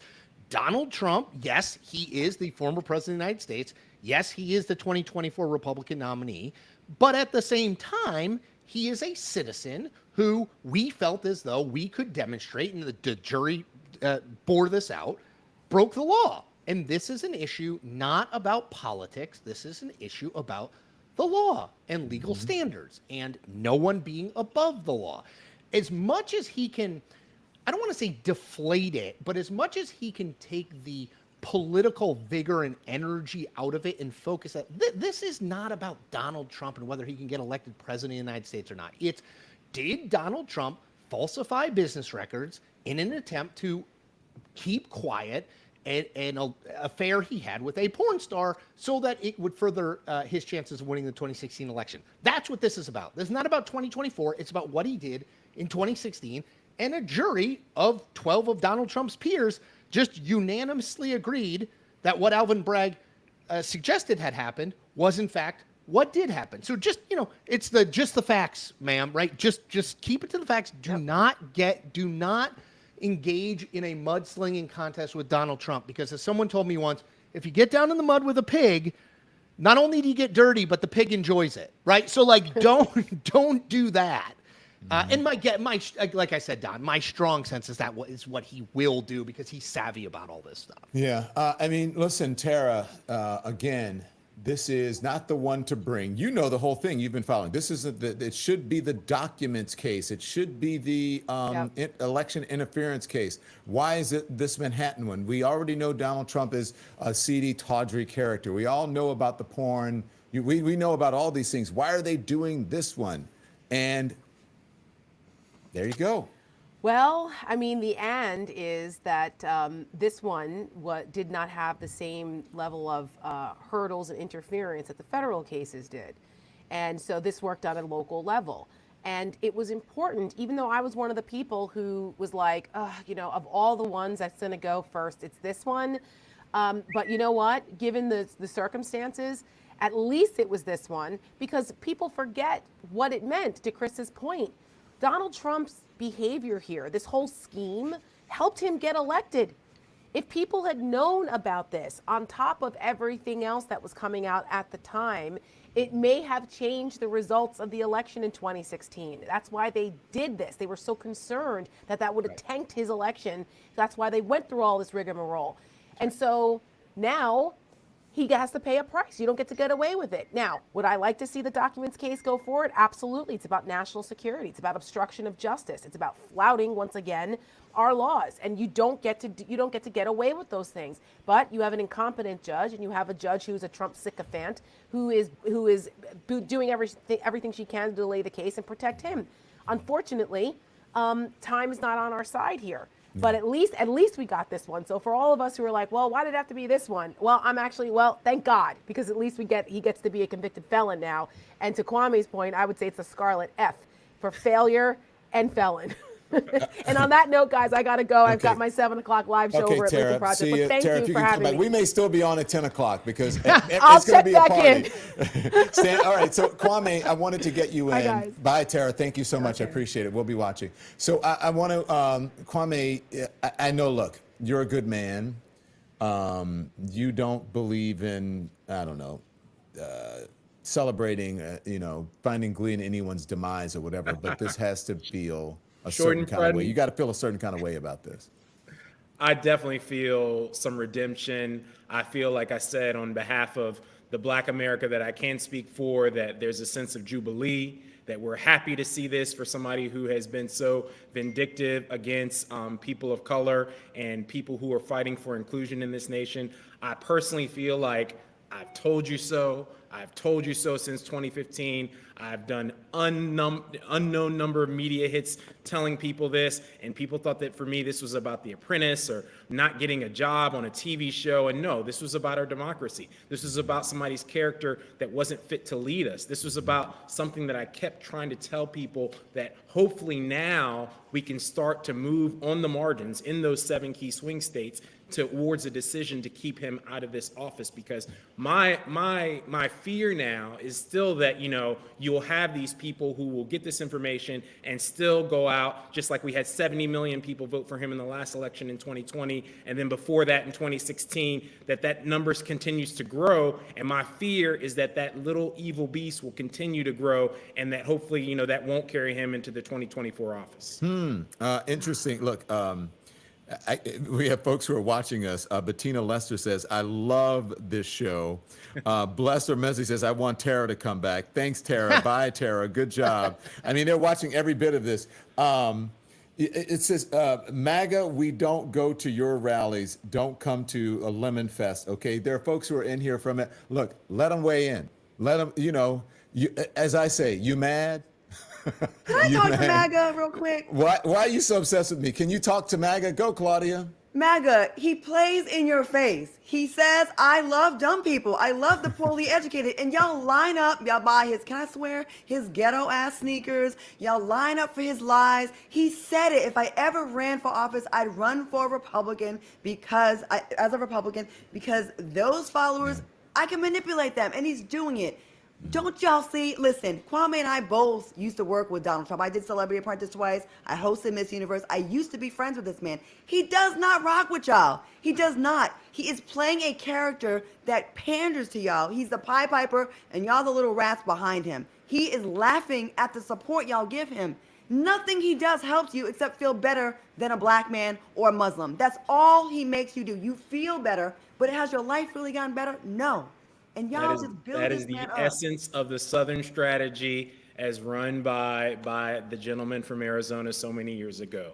The fact that all you have to do is give people that little bit of inkling that I am still better than someone who's a person of color. I'm better than the black man. So both of you are on Celebrity Apprentice. But tell me, so what was it like, Claudia, when you're saying he doesn't rock with you, he's playing in your face? Can you please fill the folks in on his character and what he's like? Okay, people say, oh, he's not racist, he had black friends. Yes, he had attractive black women friends that he tried to get at, or black men that were celebrities and very wealthy. Those are the types of minorities that he will respect. In his date, and as far as he doesn't rock with you, I mean poor people. Do people really think in these red states that are below the poverty level that this man has any real feelings for you besides you inflate his ego? He doesn't work on your behalf. And it's amazing to me that a billionaire has convinced the poor white man that he has your best interest in mind. He does not. Like, it's obvious. I don't understand well, I know what channel y'all watching, but it just blows my mind. It's the biggest con that has ever been pulled, and y'all line up for it. You know what I mean? It's like, can I have another hit? You know, Thank you, sir. Can I have another? I do. It's false populism. I just want to echo something that Claudia said, because I always, that what is that line? The greatest trick the devil ever pulled. Or, I think the thing about Donald Trump, the greatest trick he ever pulled, and I still am sort of amazed by this, and Claudia alluded to it. It's like, how did a guy who is raised in New York City and spent his entire life in New York City, who is wealthy, right? I mean, his dad gave him $1 million in his 20s. Maybe not as wealthy as he is now, but wealthy. My dad didn't give me $1 million in 1925. In your 30s, he did, though. Yes, of course. How does that guy, whose whole image is like $700 hotel nights and gold everything, how does he become the voice of the working class white voter? Like, I still truly, because there are lots of people, like, if you told me, Don, like, J.D. Vance, okay, J.D. Vance is forget, Donald Trump doesn't exist. J.D. Vance, the senator from Ohio, is sort of like the voice of the populist Republican. I'd be like, okay, like, J.D. Vance, a little bit of a celebrity, but he, where he came from, right? Hillbilly Elegy. Yeah, like, it all makes some sense. Like, you can make that kind argument. of, but come on, Chris, you and I sat on many cable news desks at night with J.D. Vance when he was a never Trumper. Yes. Yeah, totally. And by the way, J.D. Vance, just as a sidebar on J.D. Vance, the only reason that J.D. Vance isn't a never Trumper anymore is because he wants to be vice president and then president. Okay, but I'm just saying, his story, Don, is at least something where if you're a working class white guy in the Midwest, you can be like, okay, like, I could get that.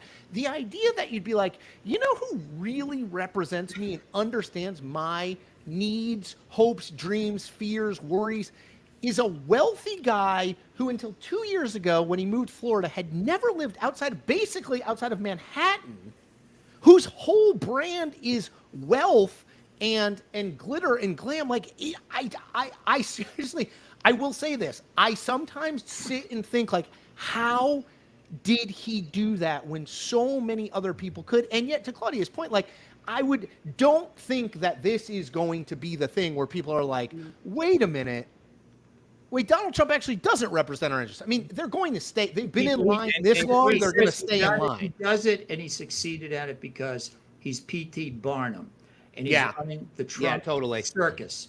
And he's like, if you look at the history of strongmen around the world when they come into power, it's all a circus act to get people to think he cares about them and that there's a conspiracy by everybody else against them. Yep. And that's why they're not doing well. Yep. I would never in a million years have thought that Donald Trump could pull that off.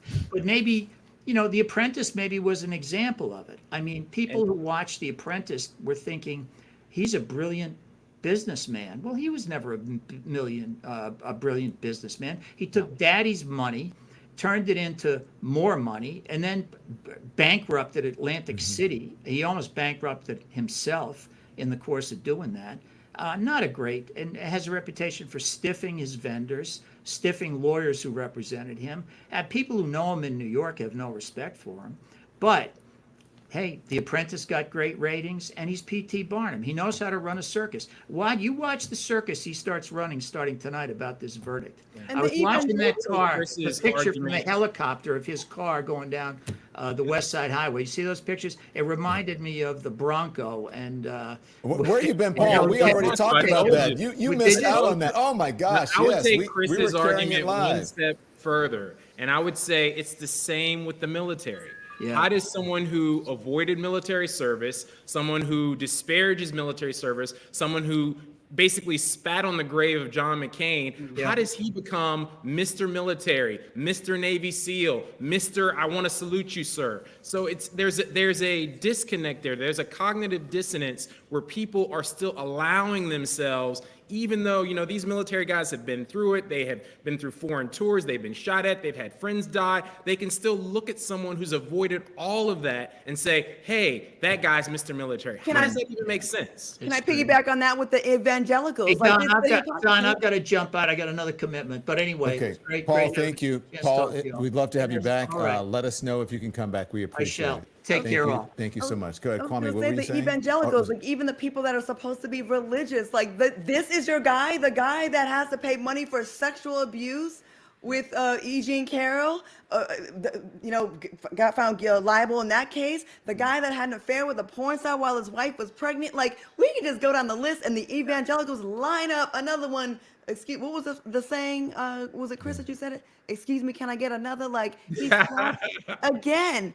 This is your guy. This is your king. The guy that people put themselves through their own mental gymnastics to fit into that particular space that they want to see Trump in. And you know what? It's really weird in that way. I don't know whether it's the scarring experience of going to Disney World when my kids were younger, but you know what I've started to think about is like, it's like waiting in a line at Disney World. Like if you're in the line for 2 minutes, you being like, you know what, I'm going to get out of line. It's not worth it. The investment is pretty small. These people have been in line for Donald Trump for they're ride or a die. really long time, right, man? Like if you spent 3.5 hours in line and they're like, hey, sorry, the line's going to be another hour. You're like, well, I've already spent 3.5. Like there's a sunk ride this space coaster. Totally. I'm going ride.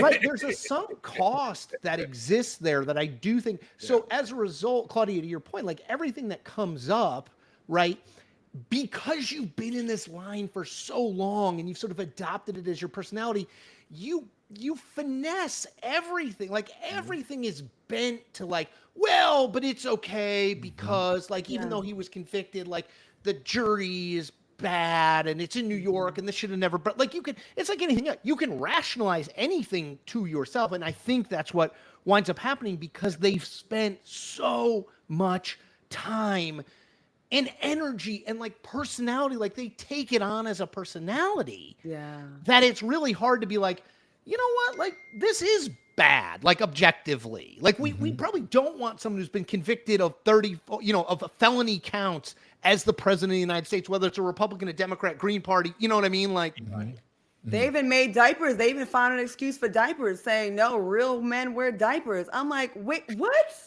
What do you mean? They even made diapers not be embarrassing anymore, adult diapers. Well, I can't understand, Claudia and everyone, why Democrats don't do that. By the way, I'm going to get the answer to that, but the bottom right of your screen, that is the feed that we have for Alvin Bragg, the Manhattan DA. He's going to step up to the podium anytime. It's supposed to happen at 6:30. He's a little bit late. I'm interested to see what he has to say. And there is the feed right there. I'm not sure if we can put it full screen or whatever, but anyway, let's make sure we do it whenever he comes up. But I want to hear what he has to say. But why don't the Democrats really understand that? Because they have made, when they said Joe Biden was in diapers, right, or that Joe Biden can't do whatever, they're like, we can't talk about it. Let's not draw attention to it. They're like, our man's in diapers. Let's make diapers cool. Make diapers great again, right? Yeah, seriously. Mata. No, is that a new one? Mata? Yeah, let's make diapers great. I mean, I really do want to hear what he has to say. And I agree with you. It should be no gloating. Yeah. Less is more. Yeah. But he is an understated man. And I think like you said, Don, he is naturally understated and he's going to understand the moment here, right? Like the greatest gift Alvin Bragg could give to Donald Trump is talking anything close to political terms or political rhetoric about this. Like that Donald Trump would celebrate, he would cheer. What you should do is talk in legal terms about the case in a serious and somber way, right? And don't be celebratory. Just say, we brought this case because we thought it was a real case of a citizen breaking the law. A jury of his peers, keep focused. This is not Alvin Bragg versus Donald Trump, right? Alvin Bragg didn't get the 12 people on the jury to unanimously agree on 34 counts, right? This is about the jury deciding. They heard both cases, right? Donald Trump decided not to testify. That was his choice. He could have. They heard both cases as presented, and they decided unanimously that on every count, Donald Trump was guilty. Focus on that. Those are the established facts. It is not me versus Donald Trump, right? It is a jury of his peers found this. That's the facts. Thank you very much. Let us talk trash for you. Let us talk trash for you. Yeah, and I think it's important for him to say that the system held and that the process worked and that that's accountable for everybody in America. I think that's an important part for people to really start to buy back into institutions and buy back into seeing that process work equally for all. So I think that's important as well. But I agree, this is not the time for a Super Bowl spike of the ball. But don't Hey, you Don, think I got to run because I'm going to go Yeah. watch this. I got to jump. Yeah. Thank you for having me. Okay, Good to thank see you. y'all. Don, Absolutely wonderful as always to see you. Thank you, Chris Cillizza. We Handsomest appreciate man you on joining. television / YouTube. Handsomest man on radio. Thank you, Chris. I appreciate All right, it. man. Yeah. So I'm out of here as well, Don. Thank you. It's I Claudia. appreciate it. It's me and you. Me and you. Paying attention Yes, to Alvin take Bragg. care, Thank guys. you. I Kwame, appreciate hey, everybody. real quick before you go, what do you expect? What do you expect for sentencing if you have a second to tell us? Myself. Oh, so if I think about it, I think that, hopefully he's going to get, some sort of home confinement. I don't think he'll ever go to jail just because I don't think that's a feasible thing. But I think home confinement, I think is beyond probation. So that's my call. Kwame What's your Jackson. call, Mike? Thank you, sir. Kwame. Former apprentice. Thank you. Take care, I appreciate guys. it. You guys, Claudia, you guys weren't on at the same time, were you? No, I went, he was a guest on Deal or No Deal, and he was like talking to all the girls, kind of like seeing who he could like get on the show. And then I was in a real estate and he asked me to come on the show. It took a year and we became cool during that time. And we had one incident where I had to like check him, where he told me not to waste my time with black men. And Wait, who did? Donald Trump said that to me. Oh, wow. He was flirting, of course, and he was, and I said, and I had a boyfriend at the time that was a black man that was very successful in what he did. And I said, why would you say that to me? And he said, well, they don't have any money. I said, so you're just writing off an entire demographic, an entire race of men because you don't deem them worthy. And I checked him on it. I said, never say that to me or anybody black ever again. I said, that's very offensive. And to his credit, he never did say anything like that again, but he did try it. And I did have to like let it be known. I think that a lot of people around him let him run rampant with what he says. Another time I was at his office and my friend Kelly and I were there and we went by, we just stopped by the office to say hello. This is when we were friends. And he had a picture of Sarah Palin, her face, photoshopped on a porn star's body, breasts out. And I said, don't tell me are you voting for McCain and Palin? He said, and this is what he said, quote, well, I like your guy. I like Barack Obama. He goes, but John McCain is a really good friend of mine, so I have to support him. And you see how that turned out. Like, there's no loyalty to anybody. So then imagine my surprise when he went from I like Barack Obama to this man is just so demonized. He's not even a citizen and all this stuff about him. And he's still on his mind to this day. But I heard him say he said it to my face that he had no issues and all of a sudden he had one. So that's when I stopped communications when he went on the whole birther situation. That's when I was totally done with them. I thought it was disgusting. Guilty on all 34 counts of the forging of not the forging of documents, but the mishandling of documents. The one term, twice impeached, disgraced, liable for sexual assault, convicted felon, former president. Here is Alvin Bragg, the Manhattan DA. We will watch. Claudia, stand by. Tatars in Crimea to Ukrainian Catholics in the West to Orthodox.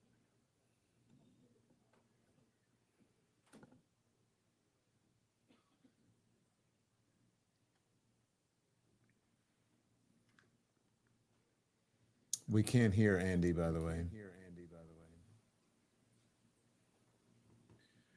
Good evening. There we go. Can you take it full First screen, and please? foremost, I want to thank the jury for its service. Jurors perform a fundamental civic duty. Their service is literally the cornerstone of our judicial system. We should all be thankful for the careful attention that this jury paid to the evidence and the law and their time and commitment over these past several weeks. 12 everyday New Yorkers, and of course, our alternates, heard testimony from 22 witnesses, including former and current employees of the defendant, media executives, book publishers, custodians of records, and others. They reviewed call logs, text messages, and emails. They heard recordings. They saw checks and invoices, bank statements, and calendar appointments. This type of white-collar prosecution is core to what we do at the Manhattan District Attorney's Office. In the 1930s, District Attorney Thomas Dewey ushered in the era of the modern, independent professional prosecutor.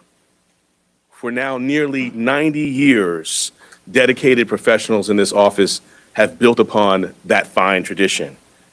A major part of our practice during that nearly 90 years has been public integrity work, including cases involving jurists, local and state electeds, public servants, and others. I want to thank this phenomenal prosecution team, embodying the finest traditions of this office: professionalism, integrity, dedication, and service. They are model public servants, and I am proud and humbled to serve side by side with them. The 12 everyday jurors vowed to make a decision based on the evidence and the law, and the evidence and the law alone. Their deliberations led them to a unanimous conclusion, beyond a reasonable doubt, that the defendant, Donald J. Trump, is guilty of 34 counts of falsifying business records in the first degree to conceal a scheme to corrupt the 2016 election. And while this defendant may be unlike any other in American history, we arrived at this trial and ultimately today at this verdict in the same manner as every other case that comes through the courtroom doors, by following the facts and the law, and doing so without fear or favor. I want to conclude by expressing deep gratitude to the NYPD and the officers of the Office of Court Administration for securing the courthouse, all of our safety, making sure the courthouse and all of the other matters that are important in their own right continued seamlessly. They will continue to be and have always been incredible partners. Thank you. Manhattan DA Alvin Bragg speaking now. He's taking questions from reporters at this press conference. Let's continue to listen. Donald Trump's multiple violations of the gag order that was in place should factor into that request at all. The judge scheduled a sentencing for July 11th.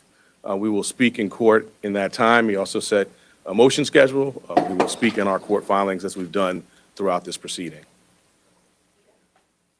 Donald Trump has repeatedly targeted you personally and members of your prosecution team. Do you have a response to the former president now that this trial is concluded? I do not. You heard that, Claudia. Do you have any response to the former president? I do not. He's handling it perfectly. Let's listen. Let's listen.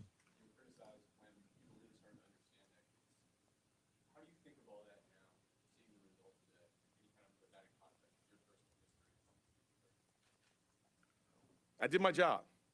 Our job is to follow the facts and the law without fear or favor.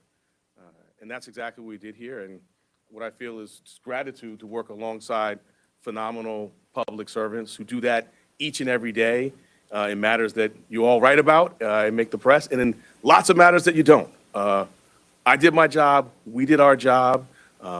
Many voices out there. The only voice that matters is the voice of the jury, and the jury has spoken. Last, Mr. Steinglass, many people said the prosecution was masterful and flawless. Just want to know how you feel at this moment. Sorry. How do you feel? Mr. Steinglass, I think some of you probably saw him speak for a little bit the other day. So he's done his job, as has this team. And he just told me, tell him how I feel. I think you said that. I will just say enormous gratitude. You know, our system, I talked about the jurors at the beginning of my remarks. We have a phenomenal system. 12 everyday New Yorkers. They listen to the judge's directions. They follow the evidence. You saw them in court every day. They were careful and attentive. And so I feel deep gratitude to work alongside them, to be a part of this system. And I just want to echo that this is what we're doing every single day. I mean, during this trial, just this week, right, ghost gun indictment, Grimaldi's wage theft, a plea resolution, sex crimes, convictions, all sorts of work that's being done by phenomenal public servants. So we're before you today on this obviously consequential matter, but this is what we do every day. We follow the facts and the law without fear or favor. If a jail sentence is in the cards, it is likely that Trump and his attorneys would seek a stay on enforcement of that sentence pending appeal. If that were the scenario, would your office object to staying the sentence? I'm going to let our words in court speak for themselves when we get to the sentencing matter. I'm not going to address hypotheticals. They raise arguments, we'll respond. And I think your question really underscores an important point. This is an active, ongoing matter, right? We have other phases of this going ahead. We will continue to do our speaking about this matter, about issues like that in court. Manhattan DA Alvin Bragg From day one, part of the viability of this case asking is him question how would he feel if there was no jail time, and about an appeal. He said this is a reminder that this case is ongoing, and he would not comment on. Also, wouldn't comment on what the former president has been saying about this. He just there's no comment. Let's listen in. And I think particularly, I talked about the history of the office. My personal history. I started as a prosecutor in 2003 in the Public Integrity Unit in the New York State Attorney General's office. I served also in the Public Integrity Unit in the Southern District of New York. These are kind of cases I've done personally, and it's a hallmark of the tradition of this office that I'm proud to lead. And I don't want to go into the whole body of litigation, but we now have a federal court decision ruling on the legal theories. We had a state court decision on the omnibus motions. But most importantly, today, we have the most important voice of all, and that's the voice of the jurors. They have spoken. Donald J. Trump has been convicted of 34 counts of falsifying business records. Thank you. District Attorney, your office has been investigating this case since 2018. Are you concerned about retribution if Trump is elected president? Okay. So there we go.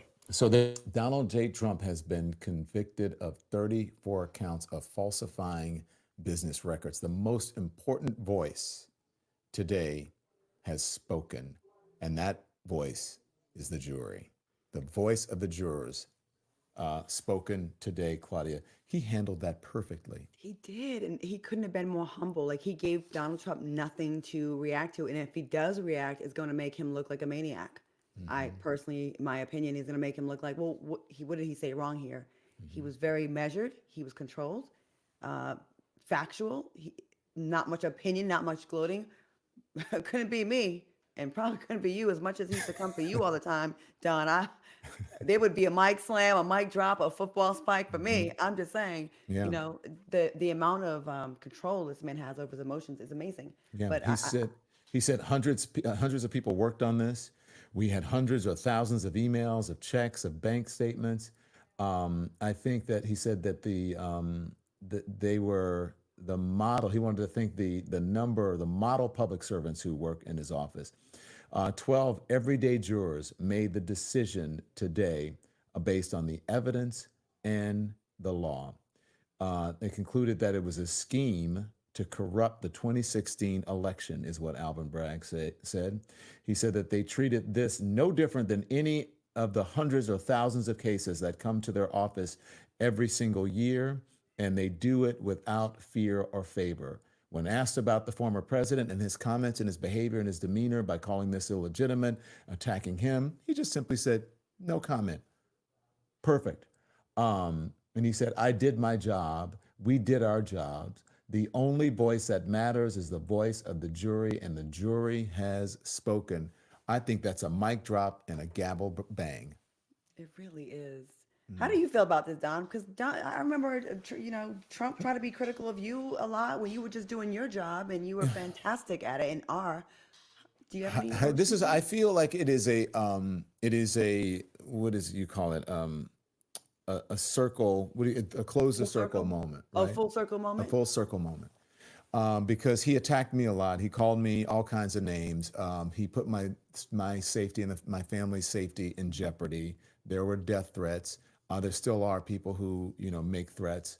And the reason that I did this, that I'm doing this show, this independent show, because I could have just done nothing after I left CNN. I didn't have to work. Oh yeah, you got Claudia. that bag. Okay, so, but I wanted to have a voice in this election. This is a critical election to come November. And there is a voice like mine that's missing on traditional news, especially in cable news. I wanted to make sure that that voice was out there. So the satisfaction in this for me is, I can't even tell you. So I get to have a voice. I get to announce on my own show from my own production company, right? That this man has been convicted of 34 counts of falsifying business records. He is the first criminal president that we have. So regardless of what he says, the jury has spoken. You cannot argue with the jury. You can say, I don't like it. You can do whatever. Let's see what the appellate process brings. But you have a former president and someone who wants to be the next president convicted. I think there is a win in that. We'll see what happens come November. And you know what I have to say, Claudia? If November, I couldn't say this when I was on cable news. I'm supporting Joe Biden, not because I think he's a perfect candidate, the perfect person, whatever, but he believes in democracy. Yeah. Right? He believes in at least making sure that we have a functioning democratic republic, because this is a republic, and after he is out of office. And we won't have that with Donald Trump. And you'll just have someone who pretends every single time that he is caught with his hand in the cookie jar that it's somebody else's fault. Then he co-opts the people who follow him. He takes their money. He pays for his legal bills. Many of them are poor people. Many of them, as he says, his words, I love the poorly educated. There are people who are not savvy about the world. They don't know him as we do, as someone, for me, who's lived in New York for most of my adult life. More than 25 years, 30 years I've lived in this city. I left home when I was 22, moved to New York, right? And Donald Trump was on the scene in the 90s. And I was like, this man, we would still laugh at him. He's a buffoon. Then he got The Apprentice. He got The Apprentice because he was sort of a braggadocious fake character. It wasn't real. It was a TV character that he would be perfect for because he loved to have his name in the spotlight. He loved to be in the paper. He loved to be in the news. He loved to hang out with rich people, with celebrities, with stars. He loved that. And a lot of Democrats. Yep. And the people now who are supporting him, he does not give a crap about them. He would never even hang out with them if there wasn't something in it for him, which is power and position. It's all about Donald Trump. So, there's more to come, but if anybody can go out now, and I believe especially people of color, you can do what you want and support this man who has supported the injustice in the criminal justice system for people of color. And now that he is in the position, he wants your vote. He wants to pretend that he's like you when he wanted to send the exonerated 5 to prison, when he took out ads for the exonerated 5. I'm talking about the Central Park 5. We call them the exonerated 5 now. When he was against those people, you're out of your mind. That's it. I'll stop there. Don, I'm so glad that you have this voice. I thought it was a really dark day, the day that you were left CNN. And I think it was one of the biggest mistakes in television. You were definitely must-see TV every single day. The way you carry yourself, the way you do not let things slide, how sharp you are, how classy you are, but you still kind of give a nice little nasty read now and then. But you do it in such a way that's so elevated and so. And I don't disparage my former network, but keep going. I support them, but you know what I'm saying? Yeah, you don't, you haven't, and this is not Don Lemon's opinion. This is my opinion. I just feel like it's a huge mistake. I miss that, but I'm glad you have this. What you said about Donald Trump, yes, he's a caricature, and who slipped through the cracks. At one point, it was a joke. It's not even feasible to ever think this person would be anywhere near a public office, you know, and that's what's sad. And to the 20-some% of Black folks that are starting to lean that way, I just want you to just not get swayed by the shiny things. And I think it's so scary. Look up Project 25. Look up how he wants to give the immunity to police officers. Who suffers the most at the hands of police officers when it comes to police brutality? It is us. At the very least, think about that. And I just don't understand how this is working on some people. You know, it's very scary. And that's why we need your voice now more than ever, Don. We really do, because the other side, their messaging has always been just more easy to digest. You know, I think that sometimes the left is a little too smart for its own good, and we speak above people's kind of pay grade sometimes, and they the don't get left it. eats their own.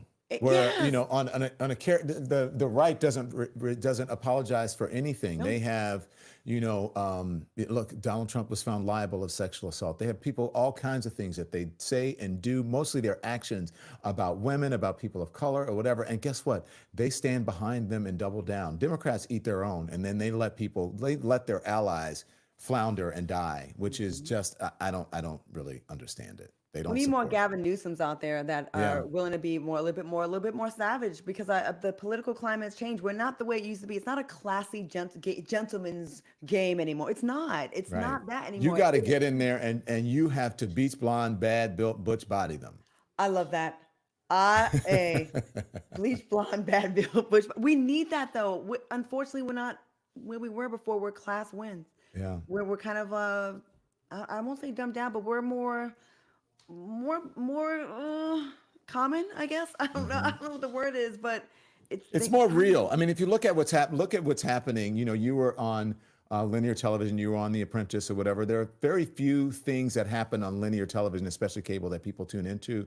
A lot of live sporting events. I would imagine today the ratings will be really high for those venues. But for the most part, people are here where we are. They're in streaming. They're on YouTube. They're doing podcasts. They're on social media. And you can see what's happening. People want things that are more real. Someone said today, I can't get, Kwame said, can you send when we asked him to come on, can you send a satellite truck? Can you send a mobile studio? I said, that's not what the people on this show want. They want you in their real environment. They want you in their home, in their homes. They want you, you know, in your home. They want you in, you know, in a hotel or at work or wherever you are, because they know it's real and you are reacting to it the way that they are, without all the layers, without all the lights, without all the, you know, everything, all the accoutrements. They want to know that you are real, just like them. And as we are speaking now, people are supporting independent media. People are sending in, you know, their hard-earned money for us without even asking. I appreciate you doing that, but I also appreciate you hitting the thumbs up and the like, and I also appreciate you supporting folks like Claudia. Claudia, tell them where they can find you. Monday through Friday, 8 p.m. on the East Coast, 5 p.m. on the West. Foxhole on YouTube, on DirecTV, on Tubi. We're in like 60 different streaming platforms. We've been around for 4 years now. And we do hot topics, and we definitely do a little political stuff. And I definitely want to do my part to kind of get the word out, because I feel like the other side's loud. Yeah. And Don, I would love to have you on at some point. If you I can. will, and let me know if tonight or whenever. Just let me know. Can I'll you tonight? come on. I'll come on. To Well, break yeah, this down? hit me up after this, and we'll figure it out. I have to see what else I have to do. But if there's an opportunity in my schedule, absolutely 100%. Thank you. I'm a Claudia, huge fan, and I really respect you. I really do, and I'm so glad I get to speak with you and share a screen with you. Like, I think you're amazing. I've been a fan of yours for a very long time, and thank a supporter. I know. Thank you, Yeah. and I appreciate the support, and that goes right back at you. Everyone, thank you so much for watching. That this is going to conclude our live coverage here, but you know that we're here every single day live at 5. Thank you, Claudia. We're here every single day live at 5, Lemon live at 5, and I bring you, we get into the weeds and we go at it, and I can do things now that I wasn't able to do before. Can you believe what's up on your screen right now? Trump's hush money trial. Trump's convicted on all charges. Can you guys believe that? And you saw it live right here, the Lemon Nation. The Lemon Nation witnessed it. We responded to each other. The haters who are in the chat, I know that they were. You responded to them with class and dignity. Guess what? When they go low, you don't have to go high in the chat. You can just ignore them. Or if you want to cuss them out, then do it. It doesn't really matter. But normally we have the producers who are working on all of this today. They are usually moderating the chat, and it's tough to do because it's all hands on deck. This is a breaking news, fluid situation, and we did the best that we could. And I think that we passed the test because we got this just maybe 15 minutes before our Live at 5 show that they were coming in with a verdict. And here we are. We carried it for you live. You heard from the former president live, the convicted felon former president, convicted on all 34 counts. And you got it live, and we had some great analysis from great people who are trusted attorneys and political contributors and analysts. The twice impeached, disgraced, liable for sexual assault, convicted felon president today, guilty of all counts, on all counts. I'll see you tomorrow at 5 o'clock, if not before. If there are any more developments, make sure you tune in to our channel, hit the thumbs up, like, and subscribe. I'm so glad that you guys are with me today. I'm so glad that we're building this community because look what we did today, and we'll continue to do it. So I'll see you guys tomorrow. Have a fantastic, fantastic evening. Good night.